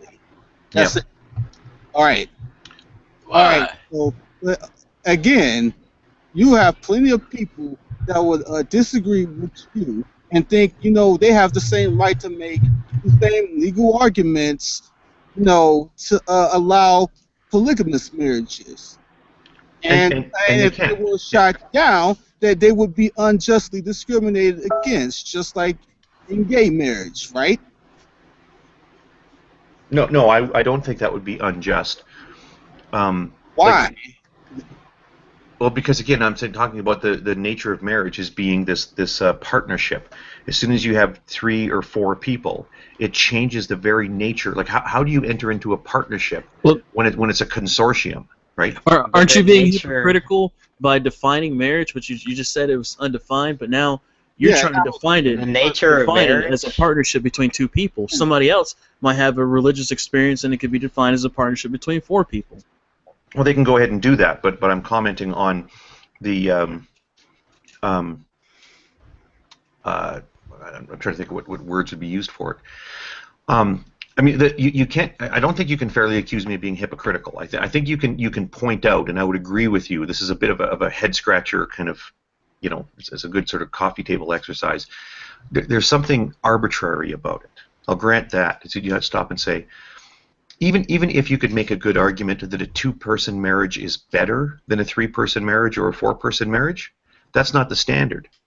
The standard is there something unreasonable or undesired about a 3-person or a 4-person marriage? And I'm going to be honest with you. I don't think I've really thought through a strong argument. Actually, let me make this contrast. Okay, just this will help a lot. I think is that if we're talking about 2 people getting married, so we're agreed 2 is a good number for people to get married, and you get like a black guy and a white woman. Okay, that's fine. You guys get married. And then 2 men come in. Okay, well, if that's what you're into, fine. You guys go get married. And then the next 2 people that come in is a 50-year-old man and a 9-year-old girl. And we're going to say, no, hang on a sec. That's not acceptable. Yeah, but Well, someone's going to say, well, that's our. You're talking sorry. about Muhammad and Let me Aisha. make the point. Let we're me talking make the about point. consensual adults the entire time. Right. I know. That's my point. Hang on. Just take a breath and let me make the point. So we can point to those first 2 relationships and say we don't really have a social objection. I can think to myself personally. I think one type of marriage is better, quote unquote, better than another. But it isn't up to me to say what kind of marriage is unacceptable. But then wait a second. A 50-year-old comes in with a 9-year-old. Now I can say that it's unacceptable, but I can also come up with a compelling reason for it. That reason being, as you just mentioned, Antonio, is because it's so far outside the bounds of what a marriage is. It's the power imbalance, the fact that you can't get consent from one of those people, like a really informed consent. So what I'm saying is there's a very strong argument. Remember, this is a contrast. There's a very strong argument to draw a distinction between 2 consenting adults getting married versus an adult and a child getting married. Right? There's a very, very strong case to be made that on one side of the line, that's acceptable. On the other side of the line, that's not acceptable. I think it's much harder to make that argument when it comes to 2-person versus 3 or 4-person marriages. I don't think it is as obvious as it is with somebody trying to marry a coma patient or a child. Yeah, but look at the language you used when you defined it. You said standard, tradition. That's the same language that someone would use when they really define a male and female, and they said marriage between a man and a woman. Exactly. So it's it does come across that way. Yeah, it seems like you're kind of applying double standards here, sir. No, again, I'm going to reject any claim of double standard or hypocrisy because it's not the case. One of the things that remember too, you can say that something is traditional, but that doesn't make it right or something that must necessarily be conserved. So I hate to go to this example again, but it because of the history of the formation of these amendments in constitutional law in the U.S., this is kind of an important example. It was understood. It was entrenched in your Constitution for a long period of time that a black man is worth 3/5 of a white man, and that black families could be owned by white families, but not the other way around. This was something that was understood. This is a convention, and it was a convention that just had to go. It is once you rewrite the Constitution to include something like the 13th and 14th Amendments, now you've got a situation where something that was acceptable last year is now completely unacceptable under this newly amended Constitution. So you can't just say, well, this is tradition, therefore it is the right thing to do. Well, Because hold well, on a sec. Traditions need to be carried forward. So you sort of picture like you're going down a corridor. Traditions need to be carried forward, but they need to be carried forward within the confines of the corridor of constitutional law that you're currently on. Once something becomes unacceptable about a tradition, you either lose that tradition or you amend it in a way to make it so it cuts constitutional muster, as the Constitution is amended. Now, I don't want to misquote you or misrepresent your position, but it seemed to me like you had used the word traditional when you were talking about two people in general. Did you not say that? Yeah, I'm saying that's the nature of marriage. Again, it's an arbitrary thing, but the nature of marriage is a man and a woman. An attempt at lifelong partnership. Okay, so in the sense of just one partnership, it's okay to use tradition in that context, just one partnership, right? Well, okay, no, then, yeah, okay. So we want to define what the tradition is. The tradition is a man and a female of unspecified age, and they have to be of the same race. So traditional marriage in the U.S. included a white man marrying a white 12-year-old girl, or black man marrying a black woman. That would be traditional marriage under United States law. That's traditional marriage. 12-year-old girl. Sure. You keep using these extremes. I mean, Why 12-year-old? Well, that's how because that's how when you go to discuss constitutional law, you have to discuss the boundaries. There's no point in you want to discuss the boring cases. but Okay, let me ask you this. Tetrahedron. Wait, I want you to ask me this. Do you think it's acceptable for a 25-year-old man to marry a 24-and-a-half-year-old woman? if it's on a Friday, yeah.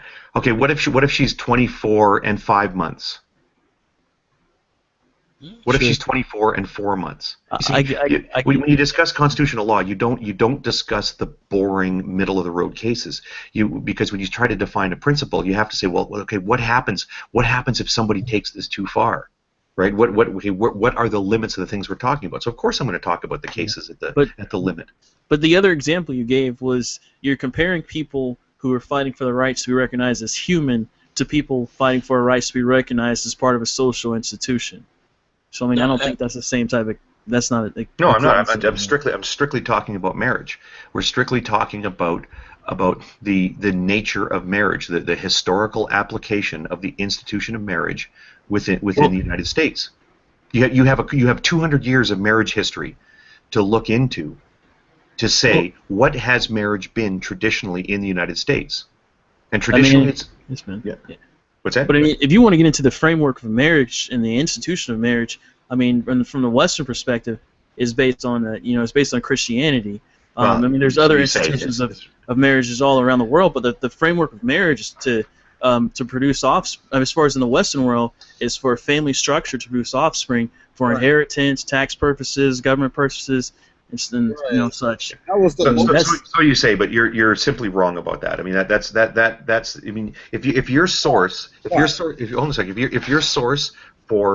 the legal history of marriage in the United States is going to be Conservapedia, I understand, and I'm not trying to be too insulting. I'm going to be a little insulting, but not too insulting, because the thing is, this is that sort of thing when people say, well, marriage was given to us by God. Marriage comes out of Christianity. Marriage has this purpose. I said in the West. There's other civilizations and cultures that have their own form of marriage. I'm talking about specifically in the United States of America, from our institution of marriage. Right. That's where it comes from. Yeah, and you're simply misinformed about that. I don't even know how to address those points, but you're simply mistaken about that. That's typical, as I say, conservapedia explanation. Go ahead and educate me. As simple as that. Go ahead and educate me. No, we've been doing that for a while. I don't. Where's the misinformation? The only thing you've given is the legal argument here. We haven't even talked about that part of the discussion. What part? We haven't talked about what part? That's all we've been talking about. The traditional basis on the United States definition of marriage, whether it was the traditional basis was a man and woman, or was it like just two people or two consenting adults in general?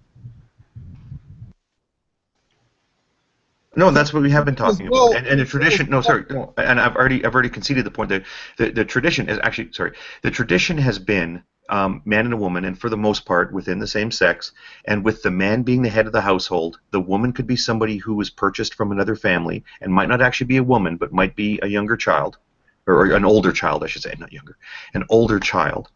That's been the traditional application. Now, if you want to look at actually written history in American law, in places where they've entrenched a definition in state law, they generally speaking don't mention either race or age. They will simply say it's a union between a man and a woman. That's been the sort of, if it ever appears in any state's constitution, that's usually the language that's used, is a union between a man and a woman.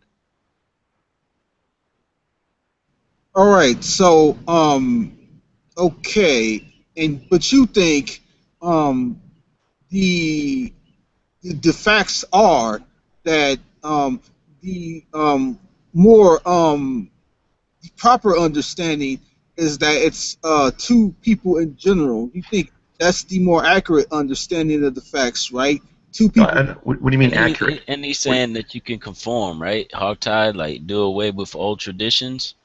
Because it seems like at a certain point in this conversation, you were saying that a traditional aspect, and if I'm not misrepresenting you, the traditional aspect was two adults in general. Did you not give that position?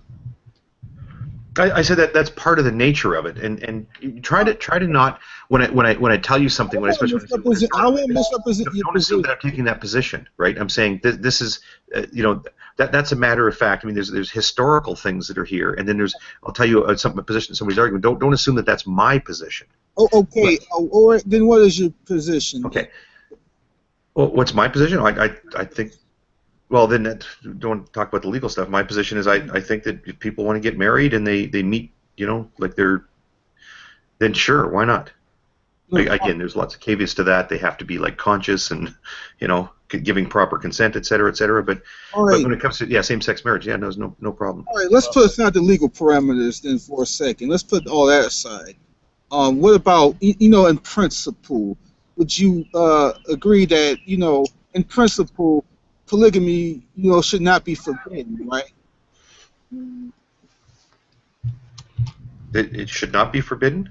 Do you think it should be forbidden or not? I know. I struggle with it. As I said, you're asking strictly my opinion. Okay. Well, let me just talk to this for a second here, because I always my mind kind of stops at it's obvious that polygamy doesn't fit in the legal tradition in any part of your country or mine. So it's really not worth, what's the point? But if you say, well, what do I think about it? What do I think about it? That's a really tough one because, as I said, I end up repeating myself. As I said, I find it very difficult to come up with a really strong argument that draws a really, super important distinction. That's why I used the example before of somebody marrying a kid.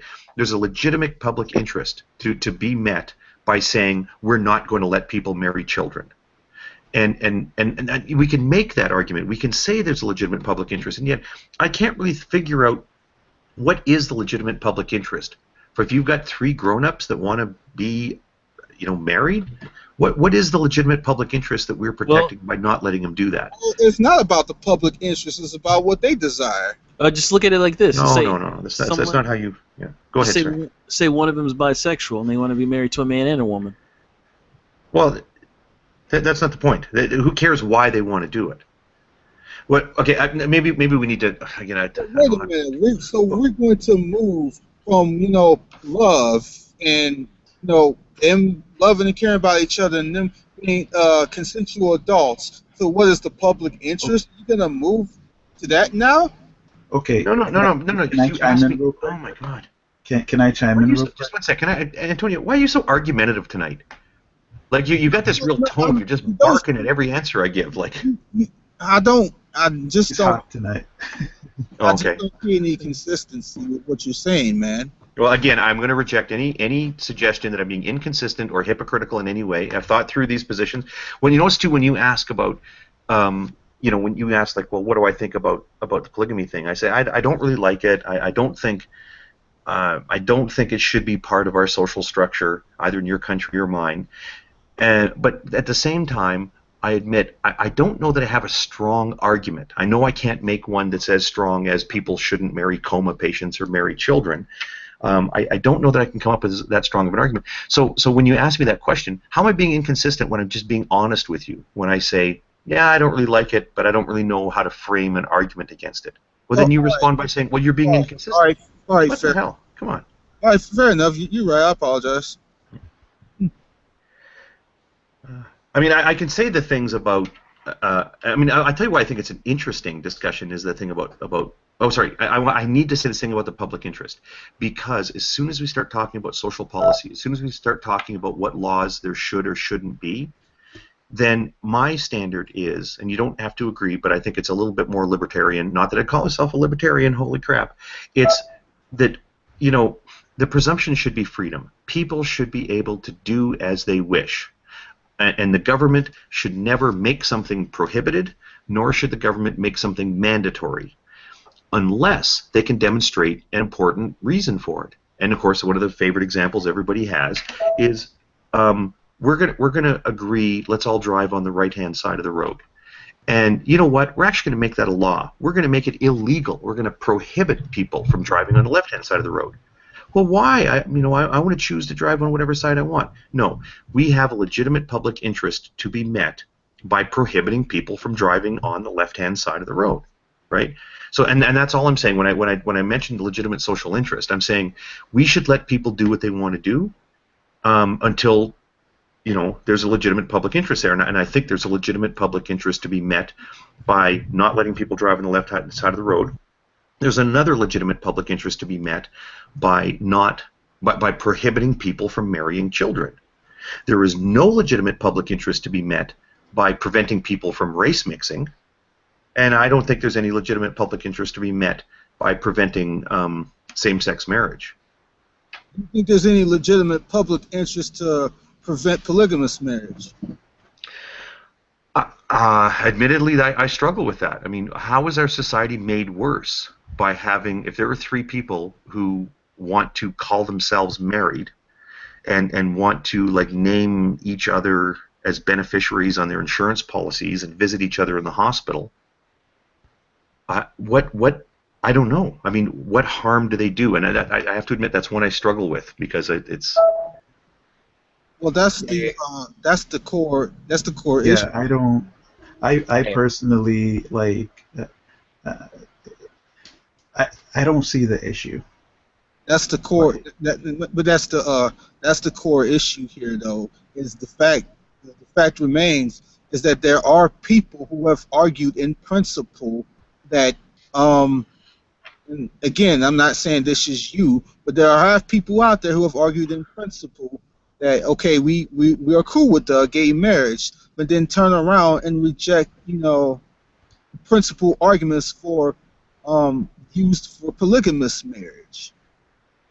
Wouldn't that be discriminatory in principle, according to Well, again, no, it wouldn't, because again, okay, let me make this point, and if I'm afraid if we're repeating ourselves, we can move on to some, I guess. But the thing is, the traditional, if you look at marriage traditionally as it's been in the United States, it's been a partnership between two people. A man and a woman. Shut up. Like, that's just annoying, okay? Because that's literally the next thing I was going to say. And you know what? I'm going to repeat the whole thing. I'm going to repeat the whole thing just because you're being a jackass about it. All right. Traditionally, okay. All right, for the sake of brevity, let's just stick with two people. No, because it's two people, and traditionally it's been a man and a woman of the same race, with the man being the head of the household and the woman being of, marriage appropriate age, meaning, anything older than 12. That's traditionally been how marriage is played out in the U.S.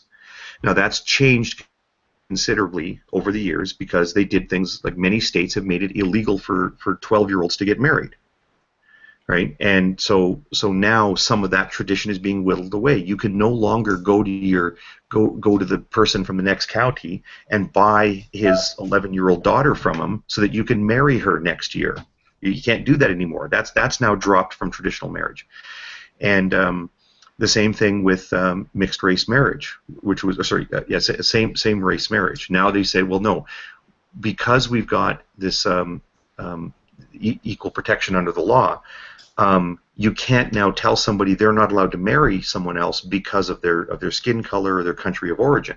So now the general social prohibition against marrying mixed race, well, that's got to go by the wayside, and now the concept of marriage is still traditional, but we're going to give it this other little tweak. We're going to make it so that the state isn't allowed to prohibit people from marrying based on their skin color.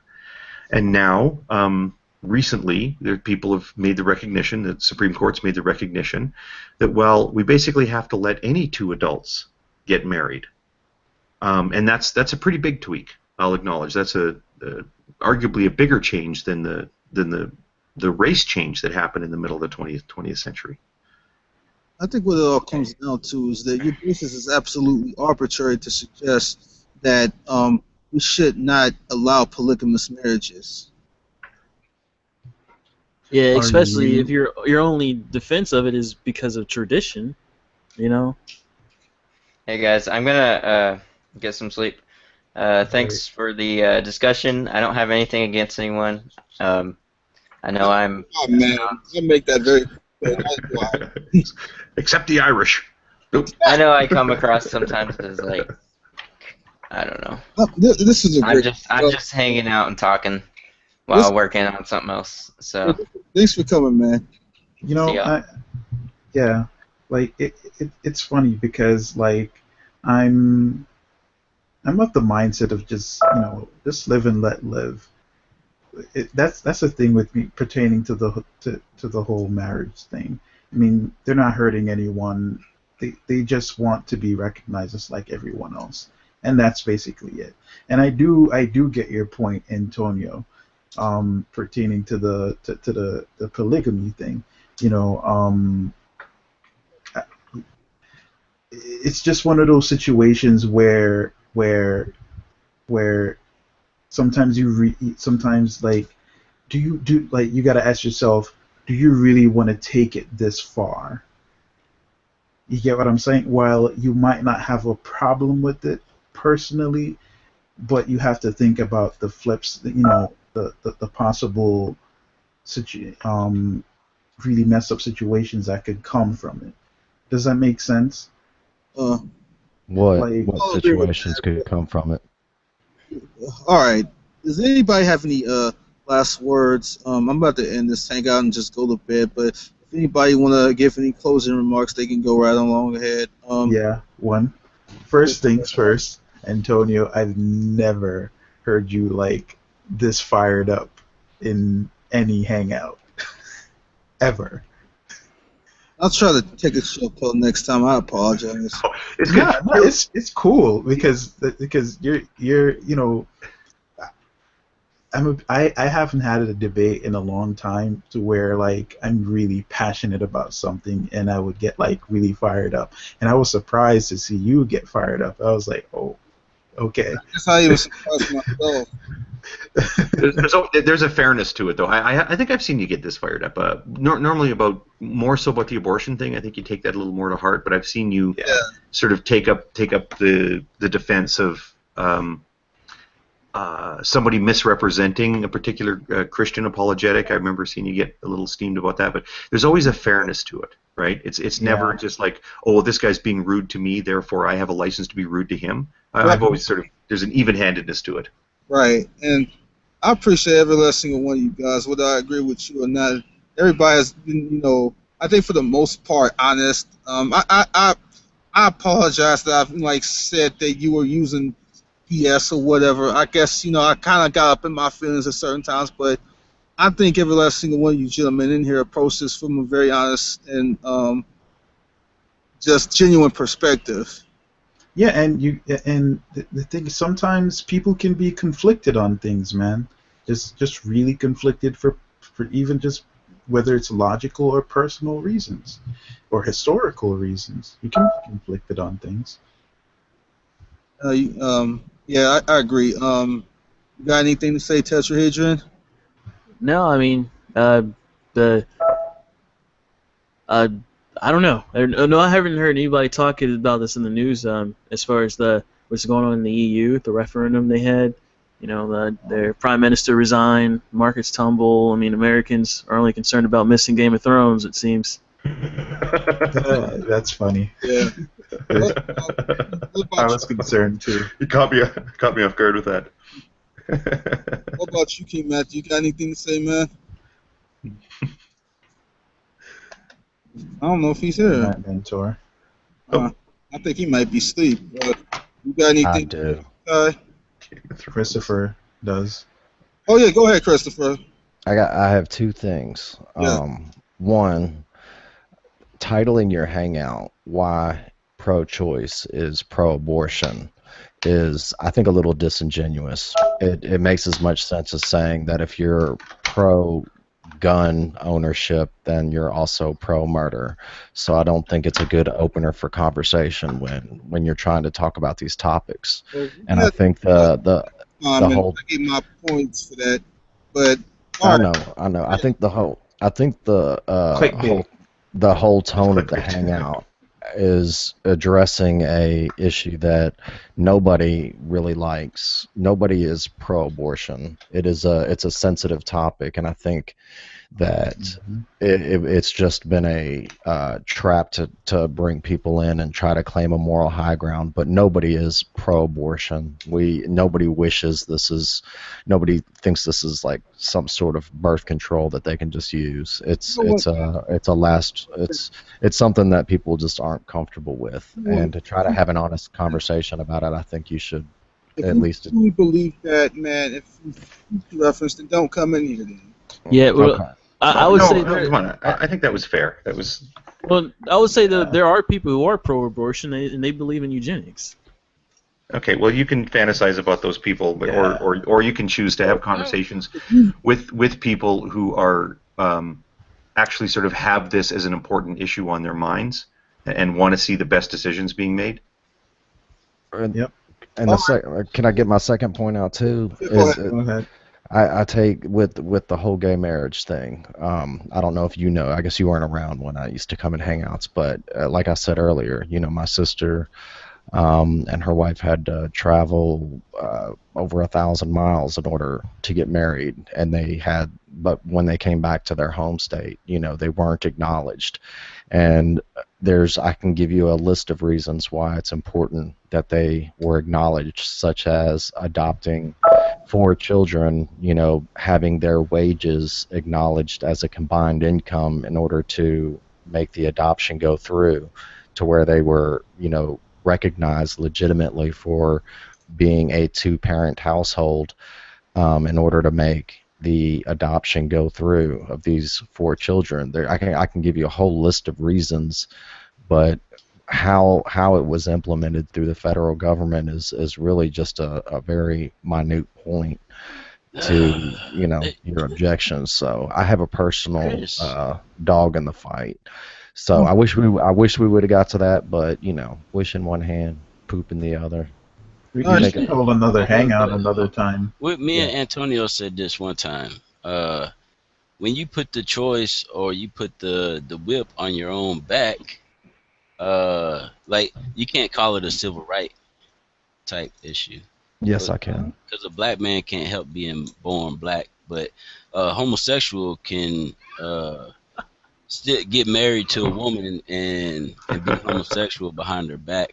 Or, My sister I have will a tell you that question she for Hot wishes Flash. you that know, she wishes that it's, she wasn't gay. What's that I'm tell just you saying though? it's not a civil right issue though. Well, Black anyway, man Yeah, can't be a different color, can he? and nor can Michael I. Jackson. But you If can you knew my sister, you would know Thank, that that's not you true. can you So can still play like you're heterosexual and get married though, right? why should she yeah. have to? But look, I'm just saying. we all adore But your argument. We all adore your argument that completely removes any civil rights protections for Christians. all right, all right. what? Although, Hey, yeah, Hot Time. yeah. Think about it. although I agree, man, I appreciate your thoughts, Christopher. Alright. Hey, Hot Tie, how come you never host hangouts? Oh, I tried to. It's a time thing, you know. Oh, Um, I thought that was a valid case. no, you didn't think it through, but yeah, no. I And thought actually, it maybe I'll did. say, yeah. Actually, I did. I did host a hangout about a week ago, or was it a little more than a week ago? But Antonio, actually, he and I did a one-on-one. He was like, I really like that format of have a conversation with a guy Good. one-on-one. That was a great hangout. A lot of people like that hangout. Yeah. I would recommend everybody go watch that. Yeah, but that's the last one I've done. But there's not two. But before that, it might have been 3 months since I'd done one. But yeah, I'll be doing more of them when I can. It's just I haven't even subbed to you yet, Hawk. I need to do that. Just for that very hangout alone, I need to go do that. yeah, that was a pretty good one. okay. When I get some time, I'll definitely go watch it. I'll tell you what's Good night, fun, gentlemen. Antonio. Good night. What I find really engaging is to genuinely go into the conversation and really think about the other person's position. I mean, because I hate the whole gotcha question thing. And when you pose a point, I mean, I like to think about it and kind of ponder it a little bit and not have a preset answer of just no, your idea is dumb. And I don't know. I'm throwing that out there because when you pose something, I try to think about it and you know, see how that would work and everything. I'm just not going to reject everything you said because of something else already. But Is this a religious thing, the religion versus homosexual marriage? I was hoping we would get there. I had a whole bunch of bullet I mean, points. is that what it was up to, or each individual's stance on the matter? Well, that's what it comes down to on the religious side, I believe, because I've never heard a decent argument that's religious free. Yeah, secular. Yeah. Well, Jesus. why they can't. I Well, forgot who it said this. goes back to what Hogtie said. Tradition. I mean, we. How are we supposed to be to blame, especially? Because there's no like argument that is uncoupled from religion that can logically or give good reasons why two people who love each other can't get married and be recognized as such. In the scripture, though, we're supposed to, go by the law of man, right? So you're fully on board with gay I'm marriage fully on now? board with whatever the world is bringing forth. I can't do anything about what the world is bringing forth, right? But I like to talk about the reasons why, if you could, why would you? If I I think that's could. interesting. Yeah, if you did believe that your opinion could sway, the law, why your opinion is the way it is. I mean, it says it in scripture also that God put forth the empires, the kingdoms, and we are to something about the sword. Fear the law, the justice of the law, because it's the same as what God will put on you. So if you are to kill a man and you get executed for it, that's what goes along with the law. I think I know So, where King. Oh, go ahead. Sorry. so this is the thing. If you implement gay marriage, why should I care? Yeah, I think I know where King Matthew's coming from, and if I don't represent you correctly, let me know. But it just there's a sort of a hint of familiarity. What's the phrase I'm looking for? Rings a bell. Rings a bell. That's what I'm looking for. In the early days of YouTube, you might remember that kid Venom Fang X, who was got to be one of the first very early sort of very popular apologists, and he's just a kid. He was really young. What's that? You remember him?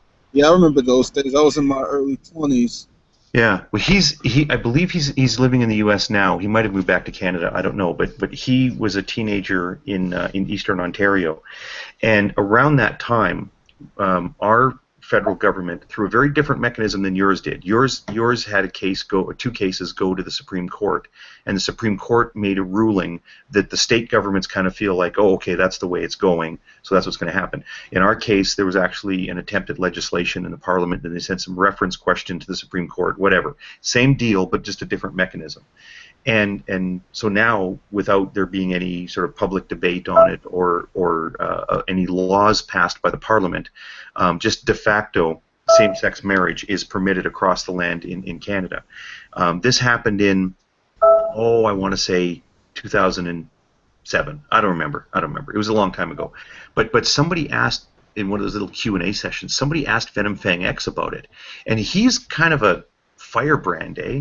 Like he's like the gays are bad, and he was a real, the Jews deserve to die in World War II. Amputees deserve to lose their arms, right? Of course, he got a reputation as being a firebrand because he would say things like that and then not properly package it and explain how this is part of Christian theology. But anyway, so people were like, oh, this is going to be good because he's going to go off about the gay marriage thing, and he actually came out in support of it. And he was like, no, I think homosexuality is a sin. I think that anyone who is a follower of Christ's teachings would not engage in homosexual unions, even coupling for one night, let alone a lifetime partnership. Even if you feel the temptation to be gay, you shouldn't do it as a follower in Christ. But to look over the fence into your neighbor's yard, to look at the two people that are atheists, they got bigger problems than who they fall in love with. Their souls aren't saved. Absolutely. And you see, isn't that great? He said that. That was one of the few really intelligent things I thought the kid ever said, because I just like that. I just went like that. Like when I say it was intelligent, it's because when an atheist can listen to a bit of Christian theology like that and go, oh, I get it now. That's a really good thing. Yeah, that's my position as well. I think that's well said. Yeah, mine also. I mean, because we live in a democratic country, so I think I know some Christians go really hardcore ultra at it, but I'm like, it's an issue of the heart for me. I think it's if Christians want to change, I mean, according to the Bible, it says it's the people's heart. You don't try to change the title, the outward appearance. I mean, that's the pointless thing. So I don't get why Christians go so. I understand for them it's a cultural fight too. You also got to understand that they feel like they are losing their culture, from historical precedents, not even just Christians, but just the standard, middle class white America is losing its culture, losing its tradition, basically. So for a lot of people, that's what it's a fight for. It's funny because where I grew up for like half my life, I grew up in Jamaica, and it's probably the most homophobic place on the planet, and it's a huge issue down there. It's a huge issue, and to be honest with you, I never had an issue with any gay person. I never even saw what was the big deal in the first place.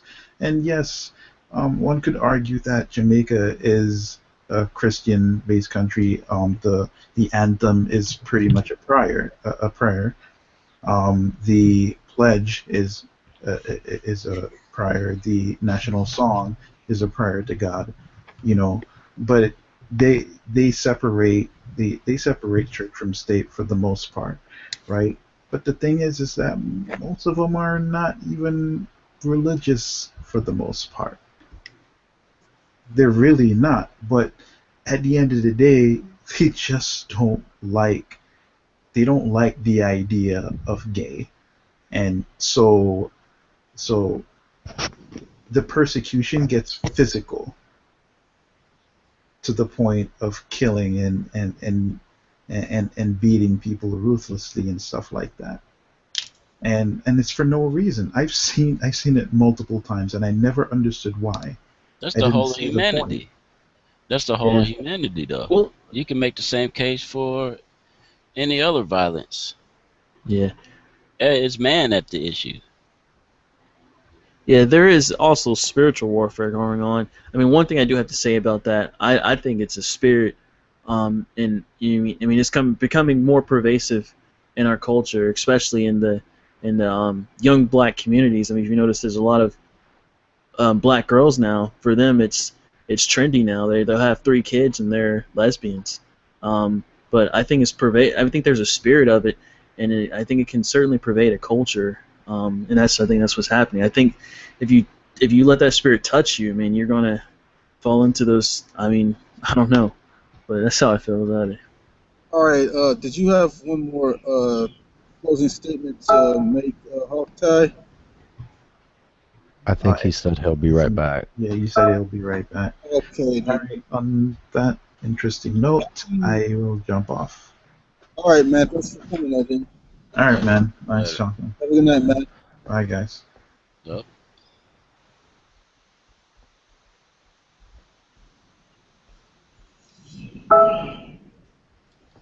So yeah, if you open up a hangout about this topic, I'll be sure to jump in and give you my reasons. Yeah, sure, man. My next hangout will probably be an open topic, so if you want to bring that up at any point, then you're more than welcome to, man. You're welcome here anytime. Even though I don't agree with you, bro, you are very calm, and I think you try to conduct yourself as genuine as possible. So I appreciate that.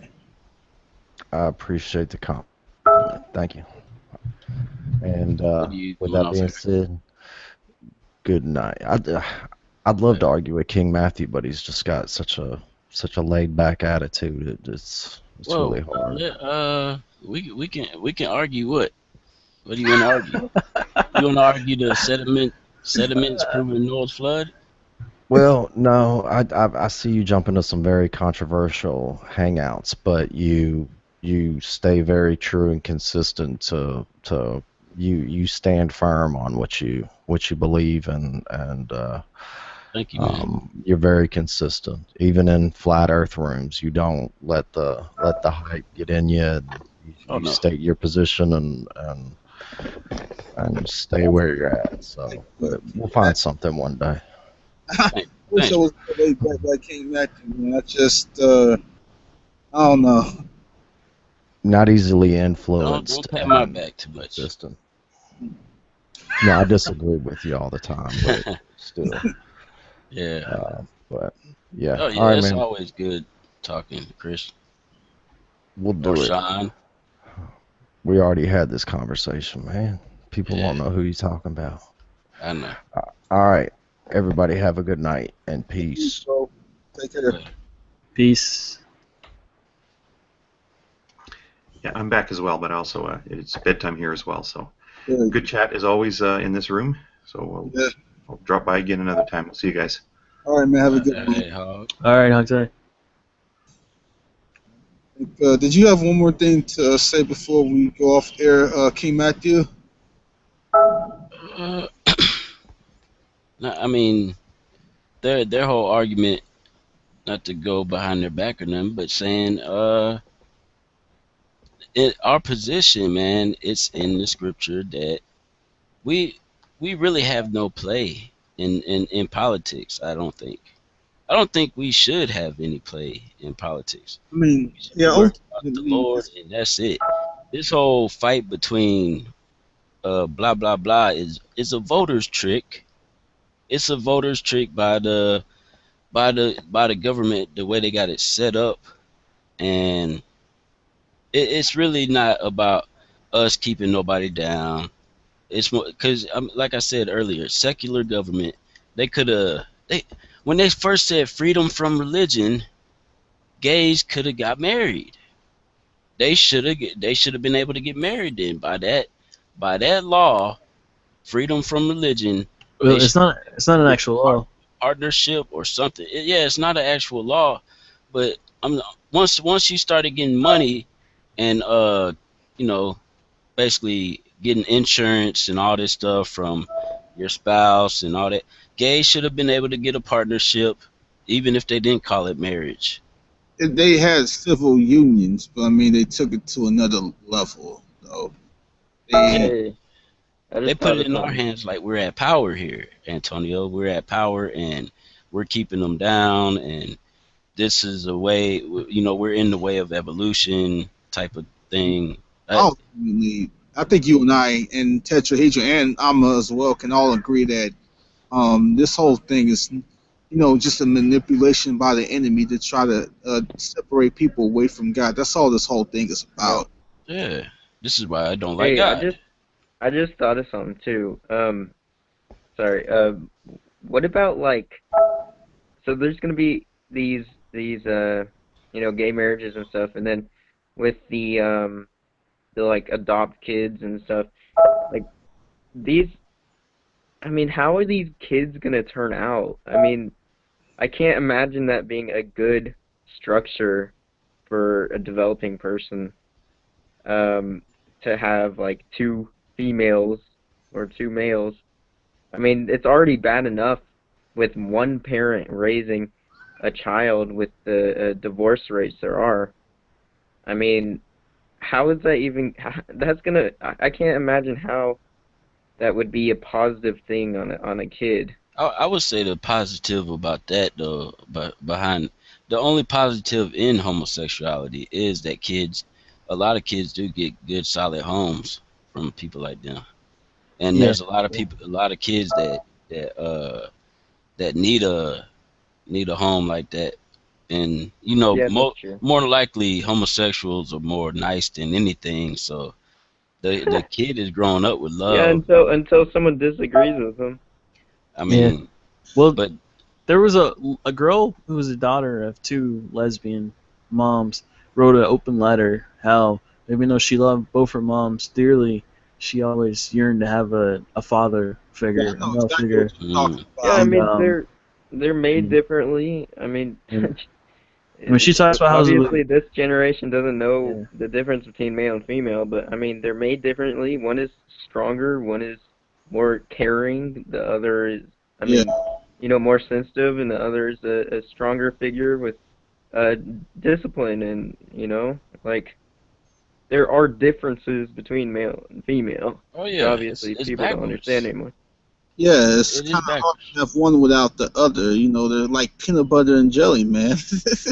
yeah, Yeah. it's an innate thing also. I mean, it's an innate thing, spiritual thing. I mean, it's Yeah. it's how we're programmed. Um, Yep. it's Yeah, natural. I mean, And once I you mean, walk how in your long are mother's these mind. marriages gonna last? Like, I I can't imagine them being happy for that long. Like, I can't. the divorce rates are gonna be like so high for these people.